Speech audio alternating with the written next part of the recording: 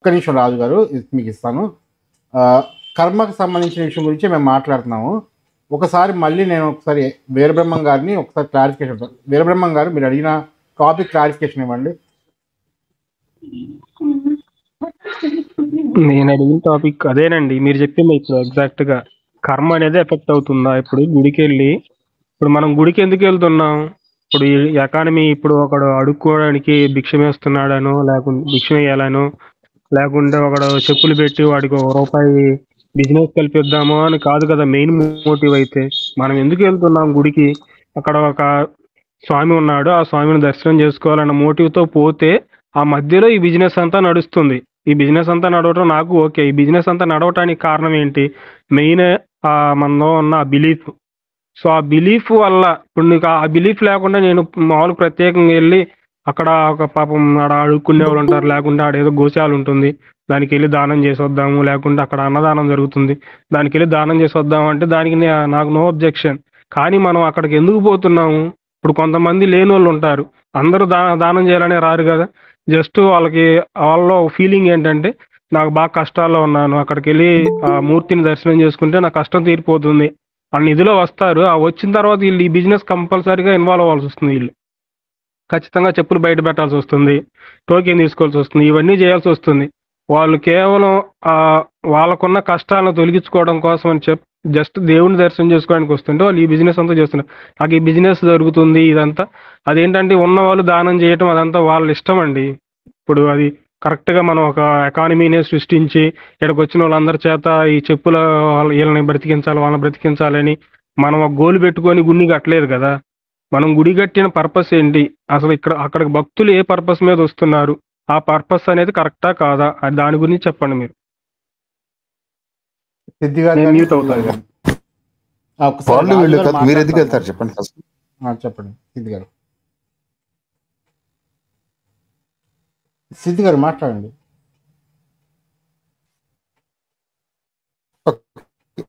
మాట్లాడండి, మిగతా వాళ్ళు ఎవరు ఉన్నారు? ఓకే. రాజు గారు మీరు ఏమైనా చెప్పాలనుకుంటున్నారా? మరి హ్యాండ్ పెట్టినారు, మా హ్యాండ్ రైజ్ చేశారు. సార్ మాట్లాడతాను. చెప్పండి. ఆ పాయింట్ మీద చెప్పండి. అంటే ఇప్పుడు ఇక్కడ వ్యాపారం జరుగుతుందన్న టాపిక్ గురించి కాకుండా నిజంగా మనం గుడికి వెళ్తే మనకు కర్మ పోతుందా లేదా ఆ టాపిక్ గురించి మాట్లాడండి. ఓకే సార్, మాట్లాడతా. సార్ వీరబ్రహ్మం గారు, అయితే చెప్పండి. గుడి దర్శించుకోవడం వల్ల పాపం పోతుందా లేదా అనేది మాకు స్పష్టత ఉంది సార్. ఖచ్చితంగా కర్మలు పోతాయి, పాపం పోతాయి. ఎందుకనండి, మాకు సనాతన గ్రంథాలను ఆధారం చేసుకొని ఈ పలాని గుళ్ళను దర్శించడం వల్ల కర్మం, ఉదాహరణ చెప్పాలంటే అరుణాచలం కావచ్చు, కాశీ కావచ్చు, మా గ్రంథాలు మాకు దారి చూపిస్తున్నాయి. అది నమ్మాలా వద్దనే విషయాన్ని మీరు ఏం ఆధారం చేసుకొని మమ్మల్ని ప్రశ్నిస్తారు? మీరు కర్మ సిద్ధాంతాన్ని బిలీవ్ చేస్తారండి? నేను హిందువునండి. కర్మ సిద్ధాంతాన్ని బిలీవ్ చేయకుండా హిందువులు ఉంటారా అండి మీరు? కర్మ సిద్ధాంతం ప్రకారం మన కర్మఫలం అనేది మనం చేసే కర్మల ప్రకారం ఉంటుందా, లేకుంటే దేవుడు దయాదాక్షిణ్యాలు చూపించడం వల్ల కూడా ఏమన్నా ఎఫెక్ట్ అవుతుందా? అంటే ఇప్పుడు కలుపుంటాయండి. మనం చేసుకునే కర్మలకు వాటి నుంచి రిలీఫ్ పొందడానికి దేవుడు సహాయం చేస్తాడు. కొంచెం క్రాస్ టాక్ అవుతుంది, ఒక తర్వాత ఒకరు మాట్లాడండి. వీరబ్రహ్మం గారు మీరు చెప్పాల్సిన పాయింట్ కొంచెం ఎస్టాబ్లిష్ చేసేయండి, తర్వాత నా దృష్టిలో నా ఒపీనియన్ ఏంటంటే, మనం ఏదైనా తప్పు చేస్తుంటే దాన్ని మనం ఒప్పు చేయటం వల్ల, ఒక మంచి చేయటం వల్ల దాన్ని కడుక్కోగలం. కానీ దేవుడి దగ్గరికి వెళ్ళి దండం పెట్టుకుంటే దేవుడిని కర్మం తొలగిస్తారనేది నేను బిలీవ్ చేయను. ఇది ఎలాగుందంటే మీరు చెప్పే క్రిస్టియన్ సిద్ధాంతం లాగుంది. అంటే తప్పులన్నీ చేశాను, నేను దేవుడిని అంగీకరిస్తున్నాను, దేవుడా నా పాపాలన్నీ తొలగించండి అంటే దేవుడు నిన్ను క్షమిస్తాడు అన్నట్టుగా మీరు క్రిస్టియన్ సిద్ధాంతం చెప్తున్నారు. కానీ ఇది కర్మ సిద్ధాంతం కాదు మీరు చెప్తుంది. సరే మాట్లాడచ్చా? ఒక్క నిమిషం ఆగండి. ఆయనకి ఊరికే ఒకసారి ఈ క్వశ్చన్ మీద కొంచెం క్లారిటీ ఇంకొంచెం ఇస్తే బాగుంటుందేమో. మీరే మాట్లాడండి, జస్ట్ వింటా. కానీ ఈయనకు ఒక ప్రశ్న అధునాతన సనాతన గారికి. అయ్యా, మీ కళ్ళ ముందర ఒక పెద్ద ముళ్ళకంపు ఉంది, నడుచుకుంటూ వెళ్ళాలి, మీ దగ్గర చెప్పులు లేవు, ఓకేనా? నడుచుకుంటూ వెళ్ళమంటే కనుక మీరు వెళ్ళగలరా లేదా? మీరు క్రాస్ చేయాలి, క్రాస్ చేస్తే అక్కడ బంగారం ఉంది, వెళ్ళగలరా లేదా? చెప్పులు లేవు అంటారు. చెప్పులు లేవు, దాటి వెళ్ళాలి. దాటి వెళ్తే కనుక మీ కాళ్ళలోంచి రక్తం వస్తుంది ఖచ్చితంగాను, అంతా బ్రహ్మాండంగా ఉంటుంది. కానీ బయటికి వెళ్తే కనుక మీకు రావాల్సినటువంటి, మీ కర్మ ఫలితంగా మీకు అందాల్సినటువంటి బంగారపు మూట అక్కడ ఉంది మీకు. కానీ దాటి వెళ్ళాలి. సో ఇది చిన్న వెళ్తారా కష్టమే, వెళ్ళరా? ఆ ఫలితంతో పోల్చుకుంటే అనుకున్నాను అనుకోండి, ఈ కష్టం ఏముందని చెప్పి ఆ చెప్పులు లేకపోయినా సరే కొంచెం కష్టమే కదా, ఈ చిన్న కష్టాన్ని ఓర్చుకొని పోతే అక్కడికి వెళ్తే నాకు సరే మంచి ఫలితం దొరుకుతుందని ఇచ్చేస్తా. సరే, ఇప్పుడు చెప్పులు వేసుకుని వెళ్ళారు, పెయిన్ అదే ఈజీగా ఉంటుంది, వెళ్తాం. కానీ పెయిన్ తగ్గింది అంటే ఆ ముళ్ళు మీకు లోపలికి వెళ్తారు కదా. అలాగే ఒక పెద్ద వాన వస్తుంది, పెద్ద తుఫాన్ వస్తుంది, ఇక్కడ నుంచి సందుజీవరికి వెళ్తే కనుక మీరు పట్టుకోవాల్సిన బస్సు ఉంది, మీరు పరిగెత్తుకుంటూ వెళ్తే ముద్ద అవి తడిసిపోతారు. ఆ చేతిలో గొడుగు ఇచ్చారు ఎవరో మీ చేతికి, గొడుగు ఇస్తే వాన అలాగే ఉంది, మీరు జరగాల్సిన పని అదే ఉంది, కాబట్టి మిమ్మల్ని కొంచెం మీరు ప్రొటెక్ట్ చేసుకోగలిగారు. అంటే ఆ వానను తట్టుకోగలిగే శక్తి మీకు వచ్చింది. ఎంతవరకు ఓకేనా మీకు? నా దగ్గర ఉన్న గొడుగును ఉపయోగించుకున్నా. ఓకే, ఎంతవరకు? ఓకే అండి. ఇప్పుడు మీకు ఒక కష్టం వచ్చింది, ఆ కష్టంతో దేవాలయానికి వెళ్ళారు, దేవుడికి రెండు చేతుల్లో పెట్టుకుని నమస్కారం చేసుకున్నారు. ఈ కష్టం ఉంది, ఆ కష్టానికి తగిన ఫలితం ఒకటి రావాలి. మీరు రోడ్డు మీద వెళ్తూ ఉంటే కనుక మీరు యాక్సిడెంట్ అయిపోవాలి యాక్చువల్, కానీ యాక్సిడెంట్ అయితే అయ్యింది. ఆ యాక్సిడెంట్ లో పోవాల్సిన వాటితో బయటపడ్డారు. పడుకుందాం కాసేపు. ఇప్పుడు మీకు ఆ దేవాలయానికి వెళ్ళడం వల్ల ఆ కష్టాన్ని తట్టుకునేటువంటి శక్తి వచ్చింది కదా. మీ వెనకాల దేవుడు అనేటువంటి ఒక శక్తి ఉన్నారు అనేటువంటి ఆ నమ్మకం చేత ఆ పెయిన్ తీసుకోగలిగేటువంటి శక్తి మీకు వచ్చినప్పుడు, దీంట్లో మీకు దేవాలయానికి ఈ రకంగా వెళ్తే ఆ కర్మని కంట్రోల్ చేసుకునేటువంటి ఒక పాయింట్ ఆఫ్ వ్యూ అనేది మీకు వస్తుందంటే అది ఎందుకు మీకు తప్పుగా కనబడుతుంది? అర్థం కాలేదు, మళ్ళీ చెప్పండి. ఒక సినారియోకి వచ్చేసరికి నేను దేవాలయానికి వెళ్ళానండి. ఇప్పుడు నేను 10th క్లాస్ పరీక్ష రాస్తున్నాను. యాక్చువల్లీ నాకు 15 ఏళ్ళు. ఇప్పుడు నాకు 10వ తరగతి పరీక్షకి వెళ్ళా. నాకు చదివి రాయాలంటే భయంగా ఉంది. దేవుడికో దండం పెట్టుకున్నా, దయచేసి నన్ను పాస్ అని చెప్పి అనుకున్నా. కాసేపు నాకు అసలు ఏమీ రాదని చెప్పి అనుకున్నా. అక్కడికి వెళ్ళిన తర్వాత అందరూ కూడా వెళ్ళి ఆ దేవుడి అక్కడ దర్శనం చేసుకుంటే ఖచ్చితంగా బాగా మంచి జరుగుతుంది అంటే కనుక ఆ కాన్ఫిడెంట్ తోటి అలాగా మంచి జరుగుతుంది కదా అని చెప్పి నేను ఏం చేస్తున్నా ఇంకాస్త ఎక్కువ చదవడం మొదలు పెట్టా. సో అది నాకు మంచిదే కదా బేసిక్ గాను. సో దాంట్లో ఈ రకమైనటువంటి చూపించడం వల్ల మీకు వచ్చినటువంటి నష్టం ఏంటి? బేసిక్ గా ఇది ఒక పాజిటివ్ వ్యూని క్రియేట్ చేస్తున్నప్పుడు ఆ పాజిటివ్ వ్యూ ఉండకూడదని చెప్పి మీరు ఎందుకు అనుకుంటున్నారు అసలు మీరు? సో ఇప్పుడు ఈ పాజిటివ్ వైబ్ క్రియేట్ అవ్వాలంటే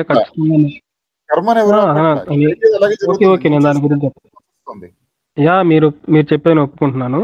ఇప్పుడు ఈ పాజిటివ్ వైబ్ క్రియేట్ అవ్వాలంటే ఇప్పుడు నేను ఇక్కడ ఉంటే ఎక్కడో 1000 కిలోమీటర్ల దూరంలో ఉన్న ఒక టెంపుల్కి వెళ్ళి ఒక 10,000 మంది భక్తుల్ని రష్గా ఒక 10 గంటల క్యూలో నిలబడి అక్కడికి వెళ్ళి దేవుని దర్శనం చేసుకుంటే కానీ ఆ పాజిటివ్ వైబ్ క్రియేట్ అవ్వదంటారా? ఇప్పుడు నేను ఇక్కడ నేనుండి ఏదో ఇక్కడ ప్రతి ఒక్క చోట దేవుడు ఉన్నాడు, దేవుడా నాకు ఆ పాజిటివ్ వైబ్ క్రియేట్ చేయని నమ్మకం, ఆ నమ్మకాన్ని నేను మనసులో కలిగించుకోవడానికి ఖచ్చితంగా టెంపుల్ కావాలంటారా? ఒక విగ్రహం కావాలంటారా? ఒక పుణ్యక్షేత్రం కావాలంటారా? ఖచ్చితంగా కావాలి. ఇప్పుడు మీ ఫీలింగ్ అండి, అంటే ఇక్కడ మీరు ఊహించుకోవాలి. అంటే మీరు ఏంటంటే అక్కడ గుడికి వెళ్ళి మీరు దాని మీద నమ్మకం పెట్టి అడిగారు కదా, ఆయన ఎక్స్ప్లెనేషన్ ఇవ్వనివ్వండి, తర్వాత అవుతుంది. అంతకు మించి ఏం లేదు దగ్గర. సింపుల్ ఒకటే మాట చెప్తా. ఇప్పుడు మీ అమ్మగారిని మీరు చూడాలి అంటే కనుక ఖచ్చితంగా మీరు వేరే ఊళ్ళో ఉంటే కనుక ఆ ఊరు వెళ్ళి చూడొచ్చు, లేదు అంటే కనుక మీ అమ్మగారి ఫోటో ఉంటే కనుక ఆ ఫోటో పెట్టుకుని కూడా చూడొచ్చు. సో మీకు అక్కడ దాకా వెళ్ళాలా ఇక్కడే చూడాలా అనేటువంటిది అది మీ ఇష్టం. అది మీకున్నటువంటి అవకాశాన్ని బట్టి దాన్ని బట్టి వెళ్తారు. ఇప్పుడు నేను అక్కడికి వెళ్ళకపోతే కనుక అది నేను మాట్లాడాలి అనుకుంటే ఫోన్ చేసి మాట్లాడతాను, లేదా వెళ్ళి మాట్లాడతాను. అది నా అవకాశాన్ని బట్టి, నాకు వెళ్ళాలి అనేటువంటి నా మనసును బట్టి నేను వెళ్తాను. ఖచ్చితంగా నువ్వు అక్కడికే వెళ్ళి తీరాలని చెప్పి ఎవరు చెప్పరు కదా. సో మొదటి పాయింట్ మీరు ఖచ్చితంగా ఎక్కడైతే పాజిటివ్ వైబ్స్ ఉన్నాయో అది అవసరం మనకి. ఆ అవసరం దగ్గర వచ్చింది కదా అని చెప్పి ఖచ్చితంగా అక్కడికే వెళ్ళాలని చెప్పి ఎవరు చెప్పరు. అవకాశం ఉన్నటువంటి సమయంలో నీ జీవితంలో ఇంత సమయం ఉంది కదా, అక్కడికి వెళ్ళు, ఇంకాస్త బాగుంటుంది, అక్కడ ఇంకో 10 మందితో కలిసి ఉంటావు, ఇంకాస్త పాజిటివ్ వైబ్ వస్తుంది. దాంట్లో మీకు వచ్చిన నష్టం ఏంటి? మాట్లాడమంటారా? బ్రహ్మాండంగా చెప్పండి. ఆ పాజిటివ్ వైబ్ అనేది మన మైండ్లో ఉంది, అంటే మనం పెట్టుకున్న నమ్మకం మీద ఉంది. సో అంటే నువ్వు ఇక్కడ నమ్మకం ఏం పెట్టుకున్నావు, నాకు పలానా చోట పలానా గుడికి వెళ్ళి పలానా దేవుని దర్శనం చేసుకుంటే నాకు ఆ దేవుడు ఖచ్చితంగా ఒక బలాన్ని ఇస్తాడు అన్న నమ్మకం పెట్టుకోబట్టి నువ్వు ఇక్కడ ప్రతి ఒక్క చోట సర్వస్వం దేవుడే అన్నద బిలీవ్ నీవు లెక్క చేయక అక్కడికి వెళ్ళి చేస్తేనే నాకు అదొక ఇదేంటంటే ఒక తాయిత్తు లాగా అనమాట. ఒక తాయిత్తు కట్టుకుంటే నన్ను ఏమి చేయవు, ఏ దెయ్యాలు రావు అని భయం లేకుండా పోతే అసలు నిజంగా దెయ్యాలు అయితే ఉండవు. ఆ తాయెత్తు ఉన్న ధైర్యంతో నువ్వు తిరుగుతున్నావు కదా. సో ఆ తాయెత్తు నువ్వేంటంటే అసలు దెయ్యాలు లేవు అన్న నమ్మకం లేకుంటే సరిపోతుంది, కానీ నువ్వేంటంటే ఒక బిలీఫ్ పెట్టుకున్నావు, ఈ తాయెత్తు ఉండడం వల్లే నా దగ్గరికి సార్ దెయ్యాలు నేను రావడం మాట్లాడచ్చా? లేదని. యా ఒక్క మాట్లాడు. నిమిషం రాజు యా గారు అండి. కంప్లీట్ అయితే నేను ఇంకా షార్ట్ గా చెప్పాలంటే, అంటే ఈ విధంగా చెప్పాలంటే టెంపుల్స్ ఈ సిద్ధాంతాన్ని యూజ్ చేసుకొని ఇవేంటంటే ఆ అంటే అంధవిశ్వాసాలకి పునాదిగా చేసే అవకాశం ఉందండి. మీకు అంటే అసలు సింపుల్ ఏమీ చెప్పాలంటే మీరు మాట్లాడితే అంధవిశ్వాసాలు మీకెందుకండి? మీకు అసలు మీకు కాదండి. basic ఒక్క నిమిషం అండి, అందరూ ఒక్క నిమిషం ఆగండి. రాహుల్ గారు మీరు మాట్లాడినప్పుడు ప్యానల్ మ్యూట్ లో పెట్టుకోవాలండి. మీరు మీ దగ్గర నుంచి బాగా డిస్టర్బెన్స్ సౌండ్ వస్తున్నాయి. చాలా సార్లు మ్యూట్ చేసాం కానీ మీరు అన్మ్యూట్ చేసి వదిలేస్తున్నారు. మీరు మాట్లాడినప్పుడు మాత్రం అన్మ్యూట్ చేసుకోండి మీకు టైం ఇచ్చినప్పుడు. దయచేసి కొంచెం ఒకసారి వరుసగా నేను మాట్లాడాలి. మాట్లాడాలనుకుంటున్నాను, ఒకసారి టైం ఇరా. ఒకసారి మాట్లాడాలనుకుంటున్నాను. మాట్లాడదు కానీ టైం ఇస్తాను. నేను అందరికి వరుసగా వెళ్తాను. ఒకసారి చాలాసేపు నుంచి అందరూ హ్యాండ్ రైజ్ చేశారు కాబట్టి రాజు గారు మీరు మాట్లాడండి, తర్వాత గురువు గారు మాట్లాడతారు. Okay sir. వీరబ్రహ్మం గారు, యా చెప్పండి. మీరు ఒక స్టేట్మెంట్ ఇచ్చారు సార్. ఈ పాపాలు కర్మలు గుళ్ళను దర్శించడం వల్ల వస్తాయా పోతాయా, అవి మనుషులను ఇన్ఫ్లుయెన్స్ చేస్తాయని అడుగుతున్నారు క్లియర్గా, అదే కదా యా యా సార్? ఈ రోజు జరిగిన ఒక సంఘటన సార్, చిన్న సంఘటన, మీకు స్పష్టత కోసం చెప్తున్నా. ఈరోజు నేను చేసే వర్క్ లో ఒక కస్టమర్ దగ్గరికి నుంచి 5,000 రూపాయలు నాకు ఎక్స్ట్రా పేమెంట్ అయింది సార్. అంటే అతను ఇవ్వవలసిన దానికంటే 5,000 రూపాయలు ఎక్స్ట్రా పేమెంట్ చేశారు. అయితే నేను ఇంటికి వచ్చి చెక్ చేసుకున్న తర్వాత నాకు ఆ విషయం తెలిసింది. అదే మా తమ్ముడు సేమ్ అంటే ఇట్లాంటి గుళ్ళు న్యాయాలు ఇట్లాంటివి ఏం పట్టించుకోడు. అన్న ఏదో వచ్చింది కన్నా 5,000 ఖర్చు పెట్టేదాం, ఏముందిలే, ఆయన కర్మ అంటే ఆయన పైసలు ఆడు చూసుకోలే, సరిగా కొట్టే ఆయన తప్పు, చూసుకోకుండా కొట్టేసిండు. దానికి మనం ఏం చేస్తాం, మనకు వచ్చినాం మనం వాడుకుందాం అనే ఉద్దేశంలో ఉండు. కానీ నేను వద్దు, ఆ 5,000 మనకు సంబంధించినవి కాదు కదా, ఆ ఎట్లు వచ్చినా సరే అతను మనకు వచ్చిన సందేశం మనం ఉండడం కరెక్ట్ కాదు, వాళ్ళకి ఇవ్వడమే కరెక్ట్ అని చెప్పి నేను ఆయన నెంబర్ కనుక్కొని తిరిగి ఆయనకి ఇవ్వడం జరిగింది. నేను ఇక్కడ నా ఆలోచనలో జరిగిన విషయం ఏంటంటే, ఎందుకు అనవసరమైన పైసలు మనకెందుకు, భగవంతుడు చూస్తే బాగోదు కదా, ఈ పాపం ఇవాళ నేను తీసుకున్నా కానీ రేపటి నాడు నా కర్మ రూపంలో నాకు తగులుతాయి అని ఒక భయం నన్ను అక్కడ నడిపించింది. ఆ భయమే ఆ కస్టమర్కి అతను పోగొట్టుకునే 5,000 అతనికి ఇచ్చేటట్టు చేసింది. దీని మీద మీ ఉద్దేశం ఏంటి సార్? సార్ ఇది నాకు అవుట్ ఆఫ్ టాపిక్ అనిపిస్తుంది సార్. అంటే ఆ భయం ఉండకూడదని నేనేం చెప్పడం లేదండి. ఇప్పుడు దేవుడి మీద నమ్మకం ఉంది. లేదు సార్, పాజిటివ్ వైపు ఎట్లా నడిపిస్తుందని మీరు అడిగారు. నాకు భగవంతుడి మీద ఉన్న భక్తి కావచ్చు, ఆ గౌరవం కావచ్చు, నన్ను ఒకరి తర్వాత ఒకరు మీరు చెప్పండి. రాజు గారు మాట్లాడతారు, మీరు కంప్లీట్ చేయండి తొందరగా. నన్ను మాట్లాడమంటారా? వీరబ్రహ్మ గారు కంప్లీట్ చేసిన తర్వాత రాజు గారు మాట్లాడతారు. సరే సార్, ఓకే. వీరబ్రహ్మ గారు మీరు చెప్పాల్సింది ఏంటి? యా, పాజిటివ్ వైబ్ అనేది అది దేవుడి మీద నమ్మకం ఉండకూడదని నేను చెప్పడం లేదు. దేవుడి మీద నమ్మకం ఉండబట్టి అంటే మంచి చేస్తే మనకు ఇలా పాప సొమ్మొద్దు అన్న ఫీలింగ్ మనలో ఉంది.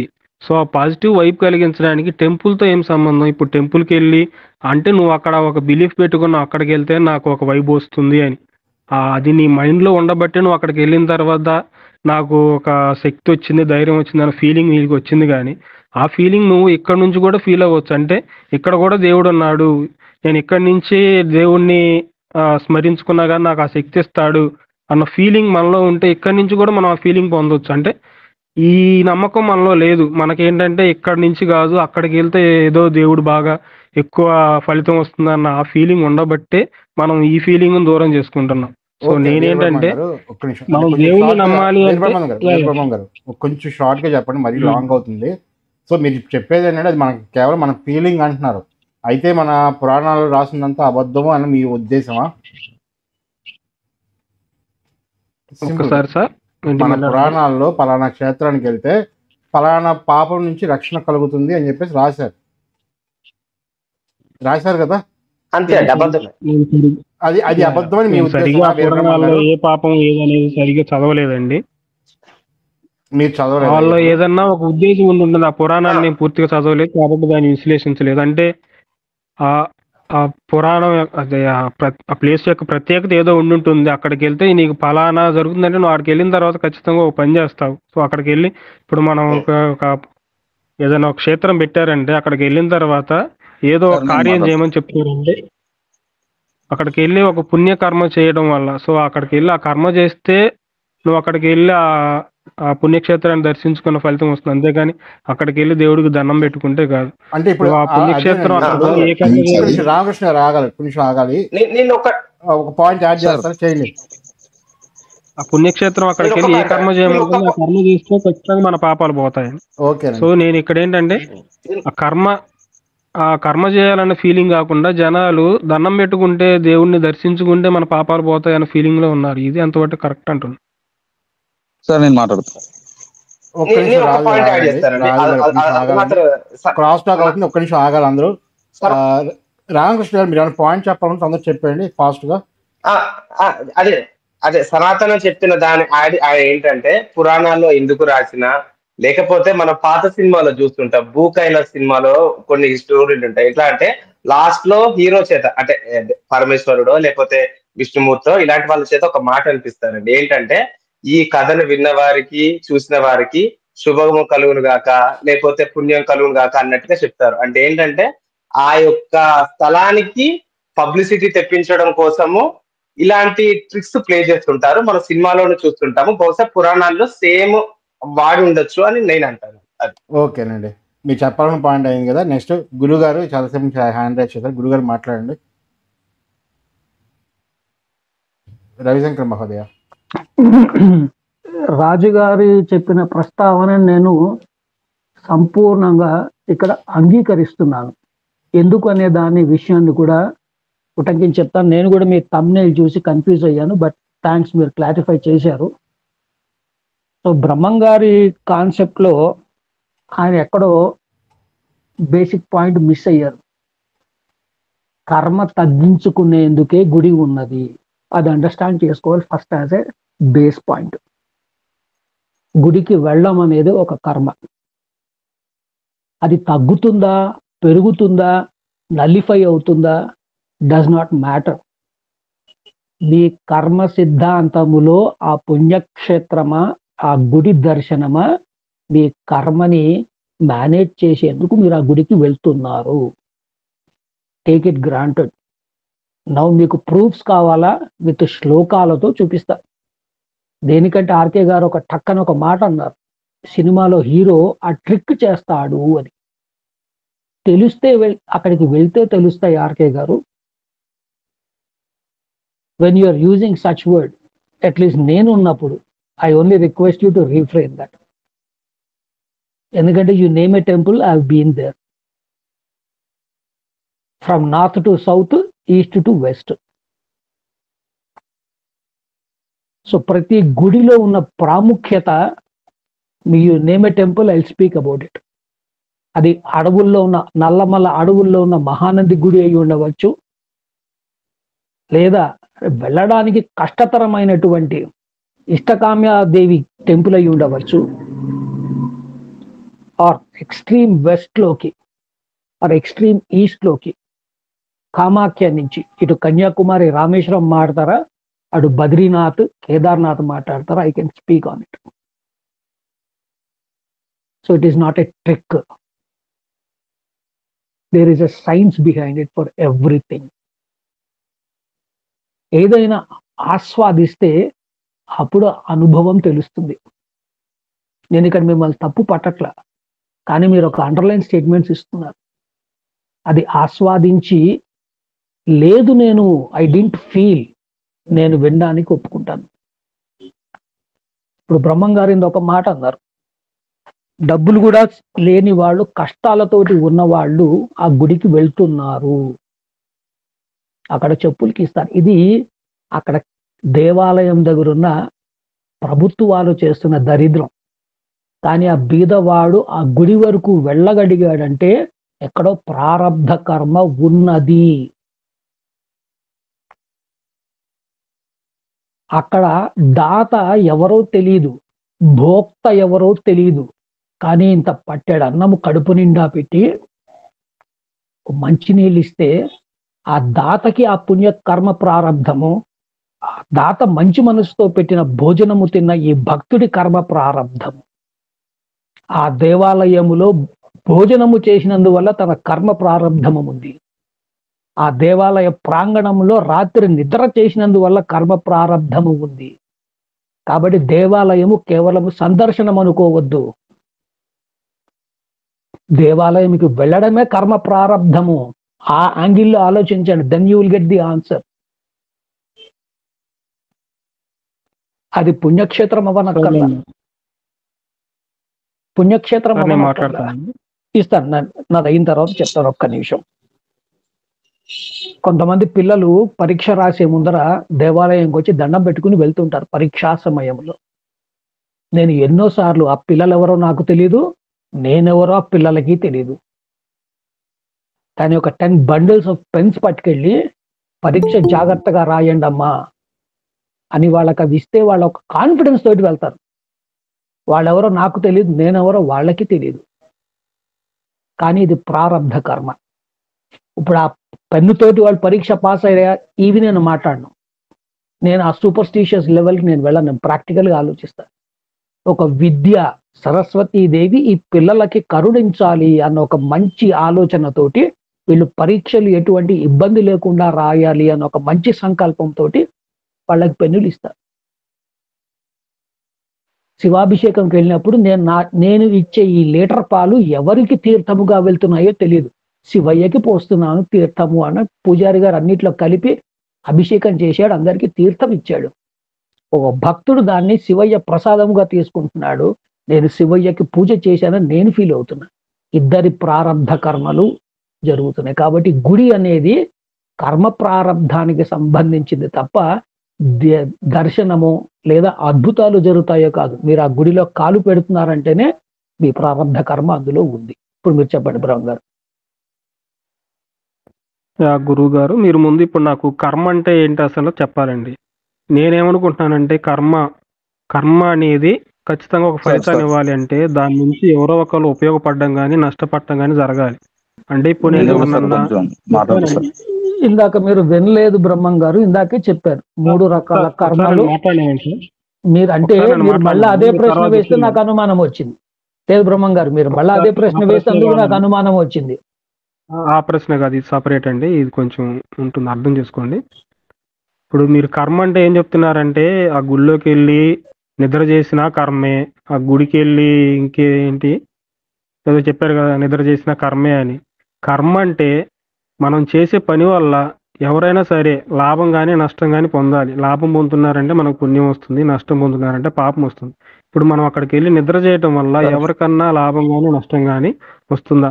అదే ఇప్పుడు గోశాల ఉంది, అక్కడికి వెళ్ళి నేను గోవుకి ఏదో దానం చేశాను, లేకుంటే అన్నశాలకు వెళ్ళి అలా దానం చేశాను, వాటి వల్ల అది కర్మ అంటే ఒప్పుకుంటాను. కానీ ఇలా నిద్ర చేస్తేనో లేకుండా అక్కడికి వెళ్ళి దర్శనం చేసుకుంటే అది కర్మ అని నేను ఒప్పుకోనండి. సో అసలు కర్మ అంటారా అనేది మీరు నాకు వివరించండి. రాజుగారు ఒక్క నిమిషం అండి. సో బ్రహ్మం గారు మీ ఆలోచనే చాలా తప్పు అండి, మీ ఆలోచనే తప్పు. నేను ఆవుకి పెడితే పుణ్యం వస్తుంది, that it self is a wrong conclusion అండి. ఒక్కటి గుర్తు పెట్టుకోండి, సనాతన ధర్మములో కుడి చేతితో చేసింది ఎడమ చేతికి తెలియకూడదు, ఎడమ చేతితో చేసింది కుడి చేతికి తెలియకూడదు. ఏనాడు మీరు ఆశించి చేశారో ఈ గోవుకి పెట్టినందువల్ల నాకు పుణ్యము కలుగుతుంది, మీకు కలగదు. సార్ ఇక్కడ నేను ఆశించి చేశానా ఎలా అని కాదు, జస్ట్ ఒక కర్మ జరిగింది. మీరు తీసుకున్న ఎగ్జాంపుల్ కి చెప్తున్నాను, నేను ఎగ్జాంపుల్ చెప్తున్నాను. నేను ఇందాక ఏం చెప్పాను, అందుకే మీరు ఇందాక వినలా. నేను ఏం చెప్పాను, పరీక్షా సమయంలో పిల్లలు దేవాలయంకి వచ్చినప్పుడు వాళ్ళు ఎవరో నాకు తెలియదు, నేనెవరో వాళ్ళకి తెలియదు.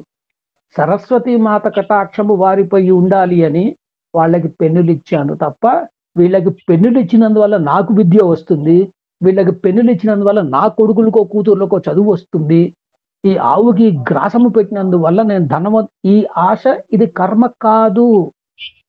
నేను మీకు అదే చెప్తున్నా, ఇందాక కూడా చెప్పా మీకు, ఇందాక మీకు అడ్డుపడ్డాను, మీరు నన్ను మాట్లాడినప్పుడు అందుకు ఆగా. కర్మలు 3: సంచిత కర్మ, ప్రారబ్ధ కర్మ, ఆగామి కర్మ. చెప్పండి. సరే అవి కూడా చెప్తారు కానీ ఒకసారి నిద్ర చేయడం కర్మ, గుళ్ళోకి వెళ్ళి నిద్ర చేయడం కర్మ.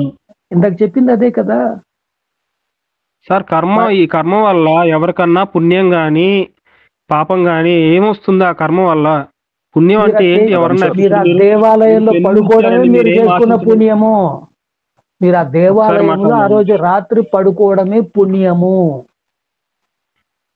పుణ్యము అంటే మీరు అలా చెప్పడం నాకు నచ్చలేదండి. మీరు గురువు మీకు గారు నచ్చకపోతే నేనేం చేయగలను దానికి? ఒకసారి నన్ను మాట్లాడనివ్వండి సార్, తర్వాత మీకే టైం ఇస్తాను. నేనేమంటున్నానంటే ఇప్పుడు మీరు పెన్నులు ఇచ్చారంటున్నారు. సో ఇలా పెన్నులు ఇవ్వడం వల్ల మీరు ఆశించాల్సిన అవసరం లేదు. ఆశించకపోయినా మీకు వచ్చేది వస్తుంది. పై నుండి భగవంతుడు క్యాలిక్యులేట్ చేసి మీకు ఇస్తుంటాడు. మిమ్మల్ని ఆశించండి అని నేను చెప్పడం లేదు. ఒక కర్మ చేస్తున్నామంటే దానివల్ల ప్రతిఫలం ఏదో ఒకటి ఉండాలి. ఎవరో ఒకరు దానివల్ల లాభపడటం కానీ నష్టపడటం కానీ ఉండాలి. వాళ్ళకి లాభం కలిగితే నీకు పుణ్యం వస్తుంది, వాళ్ళకి నష్టం కలిగితే నీకు పాపం వస్తుంది. ఇక్కడికి వెళ్ళి గుళ్ళోకి వెళ్ళి ఎగ్జాక్ట్లీ ఎక్కడ చెప్తున్నారు? అది కాదండి పాపం, అది కాదండి కర్మ అంటే. అది ఎవరు చెప్పారు? మీ డెఫినేషన్ తప్పు బ్రహ్మం గారు. ఇందాక నుంచి అదే చెప్తున్నా, మీరు వినట్లా. నేను మాట్లాడతా సార్, 1 minute ప్లీజ్. ఓకే, మీరు చెప్పండి డెఫినేషన్. కర్మ అంటే ఏంటి?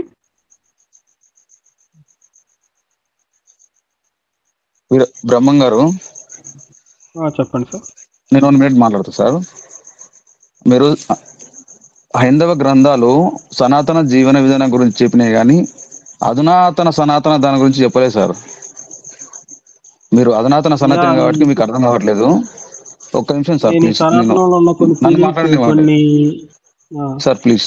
నేను డిస్టర్బ్ చేయలే, మీరు నన్ను ఒక 1 minute మాట్లాడనివ్వండి. మీ ఆలోచన విధానము అందరికి ఆపాదించడం కరెక్ట్ కాదు సార్. ఎందుకనండి, సమాజంలో ఒక 1000 మంది అనుకుంటే 1000 మంది ఆలోచన విధానాలు 1000 తీర్లు ఉంటాయి. అందరినీ మీ ఆలోచన విధానానికి గుంజుకొచ్చి అదే లైన్లో చూడొద్దు. అది అవగాహన లేను. అట్లా గుంజడం అనేది అది పరిపూర్ణత కాదు. ఇంకొకటి, హిందూ గ్రంథాలల్లో ఏం చెప్పినాయి ఆ వేదాలని ఆధారం చేసుకోవాలి, లేదా పురాణాల ఇతిహాసాలను హిందువులు ఆధారం చేసుకొని అవి చెప్పినట్టు నడుచుకోవాలి. అంతేగాని మనకు అనిపించినట్టు వాటిని సరిదిద్దడం అనేది కరెక్ట్ కాదు. నాకు ఒక స్పష్టత ఏమొచ్చిందంటే, మీరు అడిగే ప్రశ్నలను బట్టి, మీరు అడుగుతున్న ప్రశ్నలు ముందు మీకు సనాతన ధర్మం అనే దాని మీద ఏమాత్రం అవగాహన లేదని చాలా స్పష్టంగా అర్థమవుతుంది. మీరు హిందువు అయి ఉండి కనీసం బేసిక్స్ కూడా తెలుస్తలేదు మీకు. మీరు అడిగే ప్రశ్నలు, హిందువుగా మీరు ఉన్నారు కానీ మీ ఆలోచనలు కానీ మీ ప్రశ్నలు కానీ బేసిక్స్ కూడా లేవు. హిందూ గ్రంథాలని ఆధారం చేసుకొని మనం జీవన విధానం నిర్ణయించుకోవాలి తప్ప, నాకు అట్లా అనిపించింది, నాకు రాంగ్ అనిపించింది అంటే మీరు హిందువు కాదు, అధునాతన సనాతని గారు. కాబట్టి మాకు సనాతన ధర్మాన్ని, అందులో చెప్పిన జీవన విధానాన్ని ఫాలో అయ్యే వాళ్ళు సనాతనులు. కానీ అధునాతన సనాతన అని పేరు పెట్టుకొని గ్రంథాలని క్వశ్చన్ చేయడం అంటే తర్కబద్ధంగా చేస్తే పర్లేదు, మూర్ఖంగా చేస్తేనే ప్రాబ్లం వస్తుంది. మీరు అడిగే ప్రశ్నలలో మూర్ఖత్వం కనిపిస్తుంది, తర్కం లేదు. వ్యక్తిగతంగా నేను మాట్లాడతానండి. చెప్పండి. ఇప్పుడు కర్మ అంటే, ఇప్పుడు వీళ్ళు ఏమంటున్నారంటే ఆ గ్రంథంలో రాసింది దాని ప్రకారం కర్మ అంటున్నారు. సో నేను కూడా రాహుల్ గారి లాగే అంటున్నాను. ఇప్పుడు ఒక గ్రంథంలో ఉందంటే ఇల్లాజికల్గా ఏమీ రాయరు కదా, ఒక లాజిక్ అనేది ఉంటుంది. ఇల్లాజికల్గా దాన్ని నమ్మండి అని ఎవరు ఏం చెప్పరు. సో ఇప్పుడు నేను కర్మ అంటే నేను ఒక లాజిక్ చెప్తున్నా. కర్మ అంటే ఏంటి? నీ వల్ల ఎవరన్నా, నువ్వు కానీ ఎవరైనా కానీ దానివల్ల లాభపడితే అది పుణ్యకర్మ. పాపం అంటే ఏంటి? ఎవరైనా నష్టపోతే అది పాపకర్మ. సో ఈ రకంగా ఒక లాజిక్ ఉంది. ఇక్కడ మీరు వీళ్ళు కర్మ అంటే ఏంటని చెప్పండి. మీరు ఆ లాజిక్ ఎక్కడి నుంచి తెచ్చారు? ఏ గ్రంథంలో ఉంది ఆ లాజిక్? సార్ నేను ఒక గ్రంథాన్ని నమ్ముతున్నాను, అది మీకు తర్వాత చెప్తాను. ఒకసారి మీ లాజిక్ గ్రంథం పేరు చెప్పకుండా ఇక్కడ అలా కాదు, మీ గ్రంథం పేరు చెప్పకుండా ఈ గ్రంథంలో ఇది ప్రపోజ్ చేయలేరు కదా. ఇప్పుడు నేను చెప్పింది లాజిక్ గా ఉందా లేదా? లేదు. లేదండి. లాజిక్ ప్రాఫిట్ వచ్చేది వ్యాపారం అవుతుంది కానీ కర్మలా అవుతుందండి. ఇప్పుడు ఒకసారి పాపం అంటే ఏంటి చెప్పండి సార్. అయ్యా అందరికి నమస్కారం. అయ్యా గురువు. నమస్కారం చక్రధారి గారు. నమస్కారం. జై శ్రీరామ. ఇందాక నుంచి వింటూనే ఉన్నా. ఆ మహానుభావుడు పోయినాడా? ఉన్నాడా సారు? ఎవరు? అధునాతన సనాతన ఉన్నారు. అదే ఆ సారు గారు అడుగుతున్నారు పాపం. సరే, ఆయన డౌట్ ఏందో ఏమో నాకు ఇంతవరకు అర్థం కాలే. సార్ ఏమని అడుగుతున్నాడు? కర్మ అంటే ఏంది? కర్మ అంటే ఒక పని.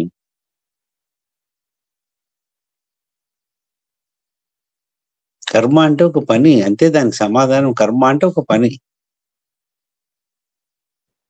ఇప్పుడు వారిని అడగమనండి. ఒక పని అంటే కర్మ అండి. అవునవును.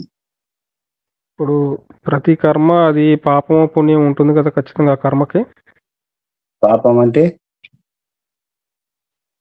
అదే అడుగుతున్నాను, నేను దాని నుంచి చెప్పడం లేదు మీరు. మరి వాటి స్వరూపం తెలియకుండానే మీరు కర్మని గుడులని గురించి ఈ మీరు ఇందాక నుంచి ఎట్లా విమర్శ చేస్తున్నారు? పాపాయ పరపీడనం అంటే మరి పరులను అదే కదా నేను దాని నుంచి బాధించేది. చెప్పింది. కానీ వినండి, ఇప్పుడు మీరు అడిగేంత వరకే. మీరు తెలుసుకోవడానికి వచ్చినారా, వితండవాదం చేయడానికి వచ్చినారా? తెలుసుకుంటున్నానండి. మరి తెలుసుకునేటప్పుడు వినయం ఉండాలి. విద్యా దదాతి వినయం. పైగా మీరు పెట్టుకునే పేరు ఏంది? అధునాతన సనాతని. సనాతనానికి అధునాతనము పురాతనము ఉందే. సనాతని అనే పదం తెలిస్తే మీరు అధునాతనం అని ఎట్లా పెడతారండి దానికి? నాశనం చేయడానికి వచ్చారు సార్ వాళ్ళు ధర్మాన్ని. ఎట్లా ఏ రకంగా మీరు పెట్టుకునే పేరుకి ఏ రకంగా అర్థం ఉందండి? సరే అది పర్సనల్. ఉండని. ఇప్పుడు కర్మ పాపం పర్సనల్ కాదండి, అది ఎగ్జిబిట్, ఇది ప్రదర్శన జరుగుతూనే ఉంది. మీరు సనాతని అని పెట్టుకున్నారు, మేము సనాతని. ఓకే, నేను ఎందుకు పెట్టుకున్నాను అది అనవసరం లేండి. మాకు ముందు నేను పేరు వెనకలు పెట్టుకున్నాను, ఉండవు. దానికి మాకు కారణం అది సందర్భం వచ్చినప్పుడు చక్కగా చెప్తాను. చక్కగా గారు ఇప్పుడు ఇక్కడ దాని టాపిక్ కారణాలు సిక్ అది అవుదాం. కాదండి. ఇప్పుడు మీరు అడిగినారు పాపం అంటే ఏమి? మహాభారతంలో చెప్పండి. చక్కని తెలుగులో పద్యం చెప్పినాడు విదురుడు ధృతరాష్ట్రంతో. చెప్తే వినండి. వరులేయవి యొనరించిన నరవర అప్రియము తన మనమునకు గలుగు తానొరులకు అవి సేయకుని పరాయణము పరమధర్మ పదములకెళ్ళని అని చెప్తున్నాడు విదురుడు ధృతరాష్ట్రంతో మహాభారతం. మీరు గ్రంథాలు చదవండి.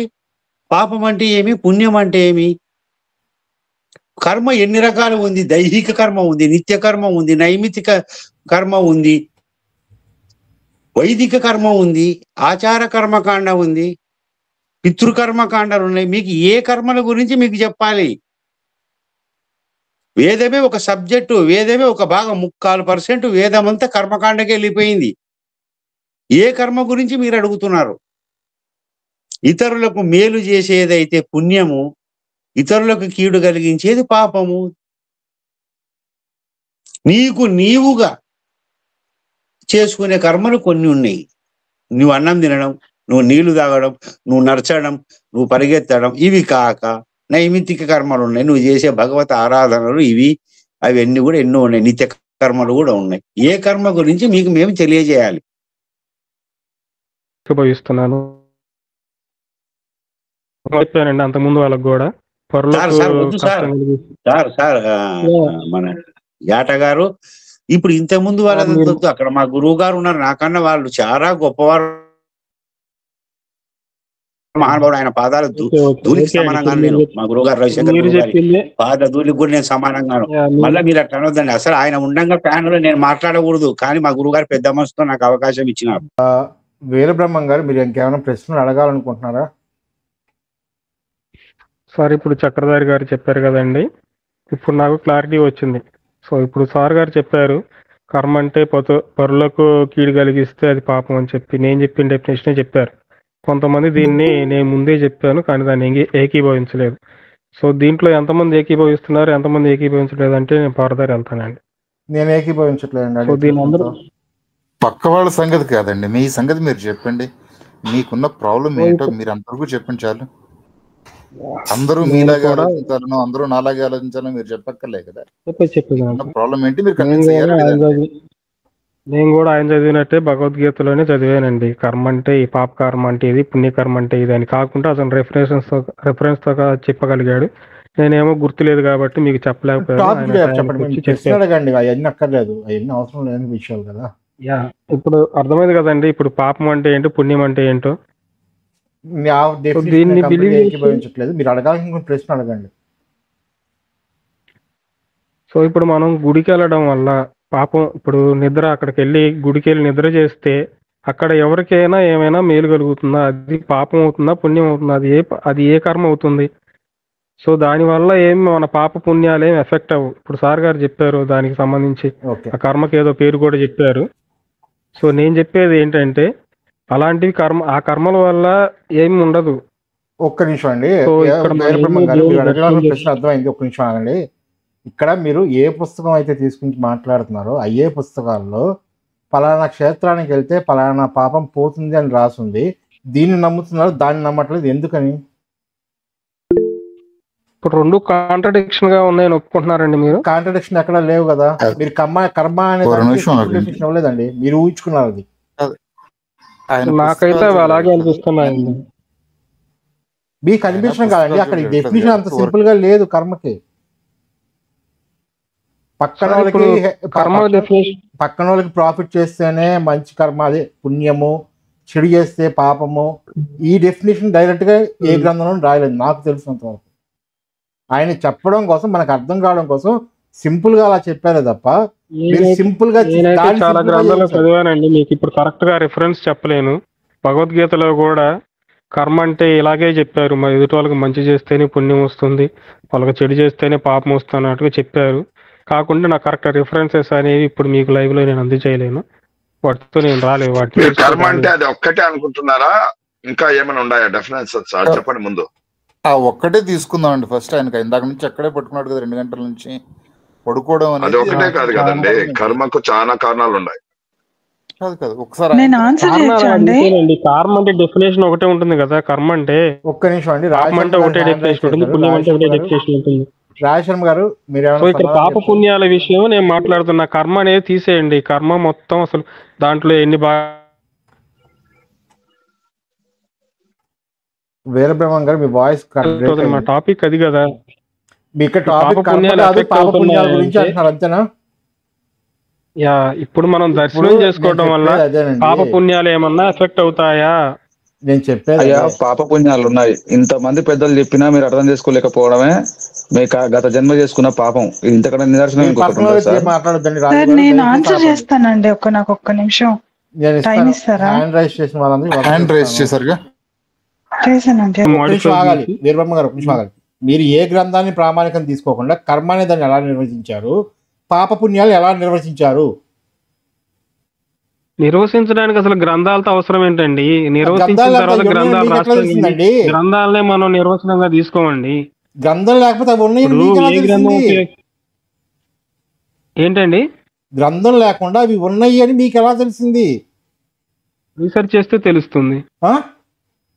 ఏ విధంగా రీసెర్చ్ చేస్తే తెలుస్తుంది. నాకు అర్థం కాలేదు, చెప్పండి. అంటే పాపం పుణ్యం ఉందని తెలియడానికి కూడా మనం గ్రంథాలు చదవాలా? గ్రంథాలు లేకుండా మీకు తెలియవు, వేరే వాళ్ళు చెప్పడం వల్ల లేకపోతే గ్రంథం వల్ల మీకు తెలుస్తుంది. చెప్పారండి మీకు గ్రంథాలు లేకుండా తెలియవని, మీరు అలా ఫీల్ అవుతున్నారు అంతే, ఏం లేదు. తెలుసుకున్న వాటిని గ్రంథాలు రాస్తారు అంతేగాని గ్రంథాల్లో ఉన్నాయి తెలుసుకోరు. తెలుసుకున్న వాటిని గ్రంథపూరితం చేస్తే వాటిని తర్వాత వాళ్ళు తెలుసుకుంటారు అంతేగాని ఆ గ్రంథాల్లో నుంచి ఆటోమేటిక్ గా వచ్చేవి. మీకు ఎలా ఎవరు తెలుసుకున్నారో వాళ్ళు రాస్తారు. మీరు ఎవరు ఇంట్లో ఉండాలి కాసేపు, నిమిషం ఆగండి, ఒక్క నిమిషం ఆగాలండి. రామకృష్ణ దయచేసి ఆగండి. వీరబ్రహ్మం గారు ఇక్కడ సరే మీరు చెప్పింది నేను ఒప్పుకుందాం అనుకున్నా కాసేపు. మీకు ఎలా తెలిసిందో మాకు చెప్పండి. పుణ్యం, పాపం, కర్మ అనే పదాల గురించి మీకు ఎలా తెలిసింది? పుణ్యం, పాపం, కర్మ అనేవి మనం పెట్టుకున్న పేర్లు, అర్థమైందా? మన భాషలో అలా పిలుచుకుంటున్నాం. ఇప్పుడు పుణ్యం అంటే ఏంటి? ఎదుటి వాళ్ళకి ఇప్పుడు నీకు అన్ని ఆర్గాన్స్ ఇచ్చాడు దేవుడు, నీలాగే అందరికీ ఇచ్చాడు, నీకు అన్ని సెన్సెస్ ఇచ్చాడు, నీకు గిల్లితే నొప్పి అని తెలుస్తుంది, ఇంకోటి ఏదన్నా ఫర్ సపోజ్ మసాజ్ చేస్తే నీకు మంచిగా మేలు అన్నట్టు కనిపిస్తుంది, నీకు ఏది కష్టం ఏది పుణ్యం అని అర్థం చేసుకోవడానికి నీ సెన్సెస్ ఇచ్చాడు. నీకు ఎలా ఉన్నాయి? మీరు పక్క వాడిని గిల్లితే అది మీకు పాపని మీకు ఎలా తెలిసింది? ఇప్పుడు నన్ను గిల్లాడు అనుకోండి, నేను బాధపడతావు కదా. మీరు బాధపడతారు.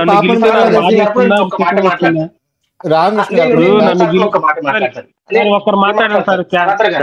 ఒక నిమిషం ఆగండి, ఒక నిమిషం ఆగండి సార్. ఏమనుకోవద్దు సార్. హైందవుడు గారు ఆయన ప్రయోగం నాకు అర్థం ఏంటంటే, నేను నిజంగా చెప్తాను, I really appreciate your experiment sir. ఆయన ఏమనుకుంటున్నారంటే, గ్రంథాలు చదివే ముందు మినిమం నాలెడ్జ్, ఏది పాపము ఏది పుణ్యము అని తెలుసుకోవటానికి ముందు మనకంటూ ఒక నాలెడ్జ్ ఉండాలి అన్నది ఆయన యొక్క ప్రయోగాత్మకమైన విశ్లేషణ. దయచేసి ఆగండి, ఇక్కడ ఆగండి ఒక నిమిషం, దయచేసి కాసేపు ఆగాలండి ప్లీజ్, అర్థం చేసుకోండి. వీరబ్రహ్మం గారు, మీరు ఈ పక్కన మిమ్మల్ని వేరే వాడు గిల్లితే వాడికి పాపం వచ్చింది అన్న విషయం మీకు ఎలా తెలిసింది? అదేనండి చెప్తుంది. ఇప్పుడు ఆటోమేటిక్ గా మనకి ఇప్పుడు మనల్ని గిల్లాడు అనుకోండి, మనకి గిల్లితే మనకి ఎలాంటి ఫీలింగ్ అయితే ఉంటుందో ఎదుటి వాడికి కూడా అదే ఫీలింగ్ ఉంటుంది. గిల్లితే మనం దాన్ని ఒకసారి చెప్పేదేనండి, మనల్ని ఎవరన్నా గిల్లితే మనం దాన్ని హ్యాపీగా ఫీల్ అవుతున్నామా లేకుంటే దాన్ని బాధగా ఫీల్ అవుతున్నామా? బాధగా. మనం దాన్ని హ్యాపీగా ఫీల్ అవుతున్నామంటే అతను చేసింది మంచే, మనం దాన్ని బాధగా ఫీల్ అవుతున్నామంటే అది అతను చేసింది తప్పు. సో పాపం పుణ్యం అంటే తిమురు పట్టడానికి గిల్లితే కూడా నొప్పి రాదండి. తిమురు పట్టడానికి గిల్లితే కూడా నొప్పి రాదు. ఒక్క నిమిషం ఆగండి. తప్పు కాదండి, మీరు ఎక్సెప్షన్స్ తీయకండి. ఎవరండి వాళ్ళు? ఒక్క నిమిషం ఆగాలండి. నేను జస్ట్ ఎగ్జాంపుల్ చెప్తున్నానండి. వీరబ్రహ్మం గారు సింపుల్ చెప్పండి. చెప్పండి. ఇప్పుడు మిమ్మల్ని గిల్లితే మంచా చెడా అనేది పక్కన పెట్టండి, దానికి కారణంగా అతనికి పాపము పుణ్యము వచ్చినాయి అని మీరు ఎలా నిర్ధారించారు? ఇప్పుడు అతను నన్ను గెలవడం వల్ల నేను దాని నుంచి బాధపడ్డా కదా. మీరు నన్ను బాధ పెట్టాడు కాబట్టి అతనికి పాపం వస్తుంది. అది ఎలా తెలిసింది మీకు? అది నేను పెట్టుకున్న పేరండి, అదే పాపం అని పేరు పెట్టుకున్నా. ఇంకా అది ఎలా తెలిసేది ఏంటండి? ఎలా తెలిసేదంటే అన్ని ప్రతి ఒక్కటి కూడా పేరు ముందు నుంచే ఎలా తెలిసిందండి? ఎవరో ఒకరు చెప్పేగా నేర్చుకోవడం. నా అంతటి నేను తెలుసుకున్నానని చెప్పారు, ఎలా తెలిసిందని అడిగా. ఎలా తెలిసేది ఏంటంటే ఇంకా అదే పాపం అని పేరు పెట్టుకున్నానండి నేను. అంటే ఇప్పుడు మీరు ఒక పేరు పెట్టుకున్నారు, గ్రంథాల్లో ఒక అదే పేరు ఉంది కాబట్టి అది కాదంటే చెప్పండి, మీతో డిస్కస్ చేయడం మానేస్తా. అలా కాదు వీరబ్రహ్మ గారు, నేను అడిగిన దానికి సింపుల్ చెప్పండి. ఇప్పుడు మీరు ఒక పేరు పెట్టుకున్నారు, గ్రంథాలు అదే పేరు కనిపించింది, అవి రెండు ఒకటే అని మీరు అనుకుంటున్నారు. ఇప్పుడు నేను అందుకేనండి మీ ఒపీనియన్ కూడా అడిగాను, మీరు దాన్ని ఏకీభవిస్తే నేను మీతో అదే అని అన్నట్టుగా మాట్లాడతాను. మీరు ఏకీభవించలేదు అనుకోండి, మీ ఒపీనియన్ వేరు, నా ఒపీనియన్ వేరు. ఇప్పుడు నా పదాలు నేను ఒకవేళ మీకేమో కొత్త పదాలు పెట్టుకోమంటే పెట్టుకొని దాని గురించి వివరిస్తా. కొత్త పదాలు కాదండి, ఇప్పుడు మీరు ఒక డెఫినేషన్ చెప్పారు, ఆ డెఫినేషన్ కి ఆధారం ఏంటండి అంటే డెఫినేషన్ కి ఆధారం మీ దగ్గర లేదు. ఆధారం ఏంటండి? రీసెర్చ్ చేసామండి. రీసెర్చ్ లో ఎవడైనా నువ్వైనా చేసి తెలుసుకోవచ్చు, మీరైనా చేసి చేసుకోవచ్చు అండి రీసెర్చ్. ఇప్పుడు ఏది నొప్పి ఏది సుఖము అనేది తెలియదా మీకు? పాపము మూడు వేరు వేరు. నాకు పుణ్యం వస్తుంది అని గ్యారంటీ లేదు. ఎదుటి వాళ్ళకి కష్టం కలిగించామంటే మనకు పాపం. ఎవరు చెప్పారు ఆ విషయాన్ని? ఎవరు చెప్పారు?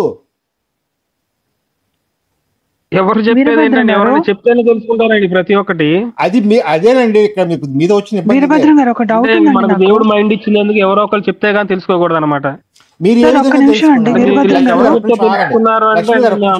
తెలుసుకోవడానికి మీకు ఆస్కారం లేదని చెప్తున్నారు. మీరు తెలుసుకున్నారు కదా, మీరు తెలుసుకున్నారని చెప్తున్నారు. ఏ విధంగా తెలుసుకున్నారని అడుగుతున్నాను, సమాధానం అదే కదా వీరభద్రం గారు, మీకు అది డిఎన్ఏ లో ఉందండి. ఒక నిమిషం ఆగండి. డిఎన్ఏ లోనే ఉందండి, లేదంటలేదు. అది జనరేషనల్ విజ్డమ్ అండి. మీరు మీ ఫ్యామిలీలో సెన్సెస్ అన్ని దేవుడే ఇచ్చాడండి. కాదండి, అది కాదు. సేమ్ మీరు సౌదీ అరేబియాలో పుడితే మీ మీ అదేంటి పాపం పుణ్యం మారిపోయింది కంప్లీట్ గా.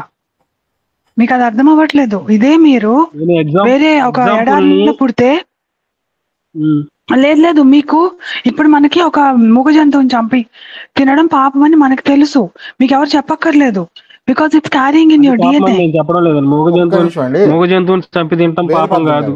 మూగ జంతువుని మనం ఏ పర్పస్ లేకుండా హింసిస్తే చంపితే అది పాపం అవుతుంది. సరే పోనీ ఏ పర్పస్ లేకుండా, మీరు చెప్పిన దానికే వస్తాను. ఏ పర్పస్ లేకుండా హింసిస్తే చంపితే పాపం అన్న విషయం మీకు అది జనరేషనల్, మీ బ్లడ్ లో ఉంది. అది మీకు వచ్చి ఎవరు చెప్పక్కర్లేదు, మీ ఆన్సెస్టర్స్ అది పాటించారు కాబట్టి.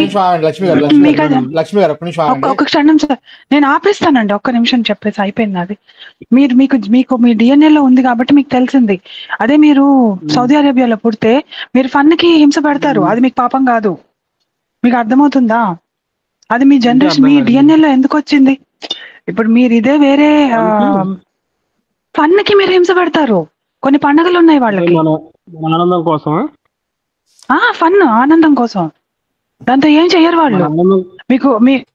మీకు అర్థం అవ్వట్లే. వాళ్ళ డిఎన్ఏలో అది ఉంది, వాళ్ళ డిఎన్ఏలో అది తప్పు కాదు. వాడికి అది మీ ఆన్సెస్టర్స్ పాటిస్తే అది మీకు వస్తుంది. డిఎన్ఏలో ఇప్పుడు నన్ను గిల్లితే అది బాధ, నన్ను అది ఫన్ అనేది కాకపోతే పోనీ మీకు విజ్డమ్ అనుకోండి. పోనీ సరే డిఎన్ఏ వదిలేయండి, టెక్నికల్ గా మీరు వెళ్తున్నారు కాబట్టి DNA వదిలేయండి, మీకు బుద్ధి మీ అందరికి ఇస్తానండి. ఒక ఇప్పుడు మీ బుద్ధిలో మీకు కొన్ని స్ఫురిస్తాయి కదండి, ఆ స్ఫురణలన్నీ వచ్చేది మీ పెద్దవాళ్ళ నుంచే. కొరడాతో కొట్టుకుంటారండి, ఫీల్ అవుతున్నా కానీ అది కష్టపడుతున్న విషయం నాకు తెలుసు కదండి. మీరు ఒక్క నిమిషం ఆగండి. వీరబ్రహ్మం గారు, నేను సింపుల్ గా అడిగాను, మీకు ఎలా తెలిసిందనే దానికి నాకు అలా తెలిసిపోయింది ఆటోమేటిక్ గా అని చెప్పన్నారు. సరే, ఇప్పుడు ఆటోమేటిక్ గా కాదండి, రీసెర్చ్ చేశాను. ఏ రీసెర్చ్ చేశారో చెప్పాలి. రీసెర్చ్ చేసి తెలుసుకోవచ్చు. మీరు ఏ రీసెర్చ్ చేశారో చెప్పాలండి, చెప్పట్లేదు. సరే, కాసేపు ఆగండి, ఇంకొక ప్రశ్న అడుగుతాను. ఇప్పుడు నా పక్కన ఉన్న వాడికి మందు పోసాను, వాడు హ్యాపీగా ఆనందించాడు, అది నాకు పాపమా పుణ్యమా?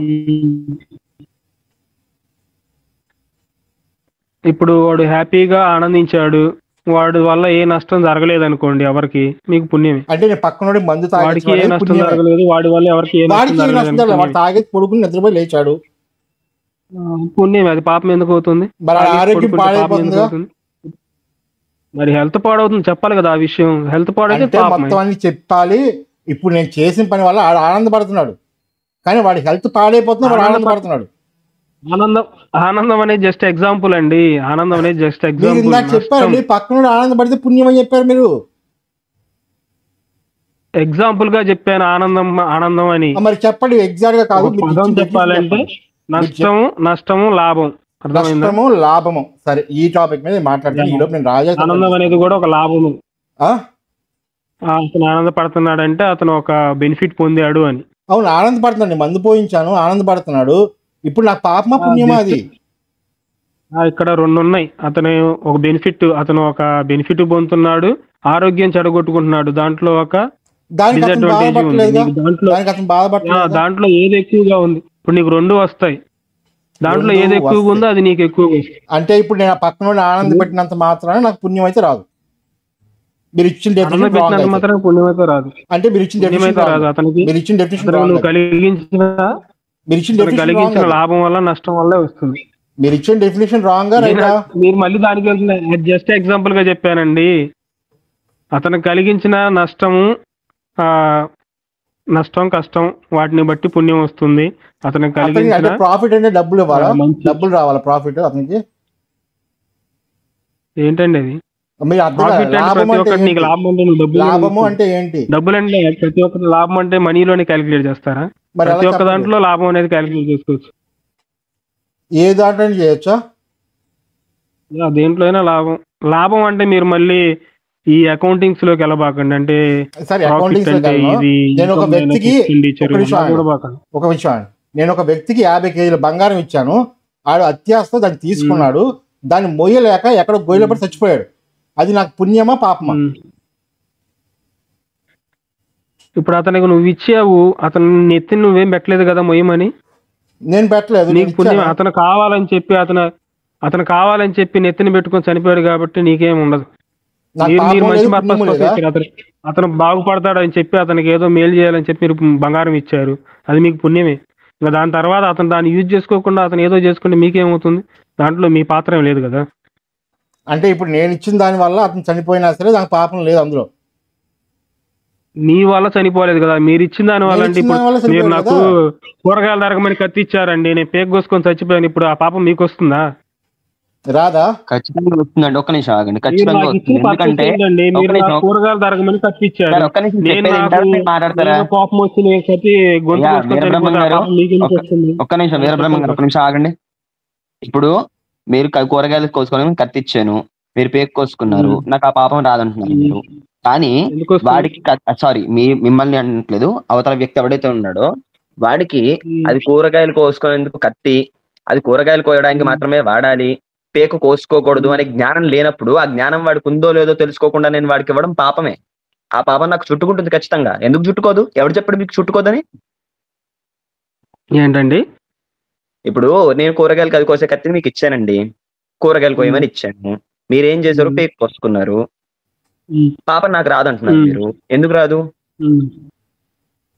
ఎందుకు రాదని మీరేనో గొంతు పేక్ కోసుకోవడానికి ఇచ్చారా? కోసుకోమని ఇవ్వలేదు కానీ, అవును కోసుకోమని ఇవ్వలేదు కానీ మీకు అది కూరగాయలు కోసుకునే కత్తి అని, దాంతో కూరగాయలు మాత్రమే కొయ్యాలి అని, పేకలు కోసుకోకూడదని ఆ జ్ఞానం మీకు ఉందో లేదో తెలుసుకోకుండా నేను ఇవ్వడం తప్పే, దాన్నే పాపం అంటారు. కాదని మీరు ఎలా అంటున్నారు నాకు అర్థం కావట్లేదు అక్కడి నుంచి. నేను ఆ తీసుకునే వ్యక్తి చిన్నపిల్లోడు అనుకోండి, ఏ జ్ఞానం లేనివాడు అనుకోండి, వాడి కూరగాయలు కొరగడానికి ఉపయోగిస్తారా, పేగోసుకోవడానికి తరగత ఉపయోగిస్తారా తెలియదు, అలాంటి వాడికి ఇచ్చాను అనుకోండి, అది పాపం అవుతుంది. దాన్నే పెద్దలు చెప్పింది. రీసెర్చ్ చేసి అంటుంటారు చూసారు మీరు. గ్రంథాలు చెప్పడం ఏంటంటే ప్రతి వాడు ప్లగ్ లో వేలు పెట్టి చూడక్కర్లేదు, ప్లగ్ లో వేలు పెడుతుంది కరెంటు షాక్ కొడుతుందిరా అని ఒకటి తెలుసుకుని తదనంతో అందరికి అందించడమే జ్ఞానం అంటే. అదే గ్రంథాలు చెప్తాయి. మీరు ప్రతి వాడు రీసెర్చ్ చేసుకొని తెలుసుకోవడానికి కాదు. అర్థమవుతుందా?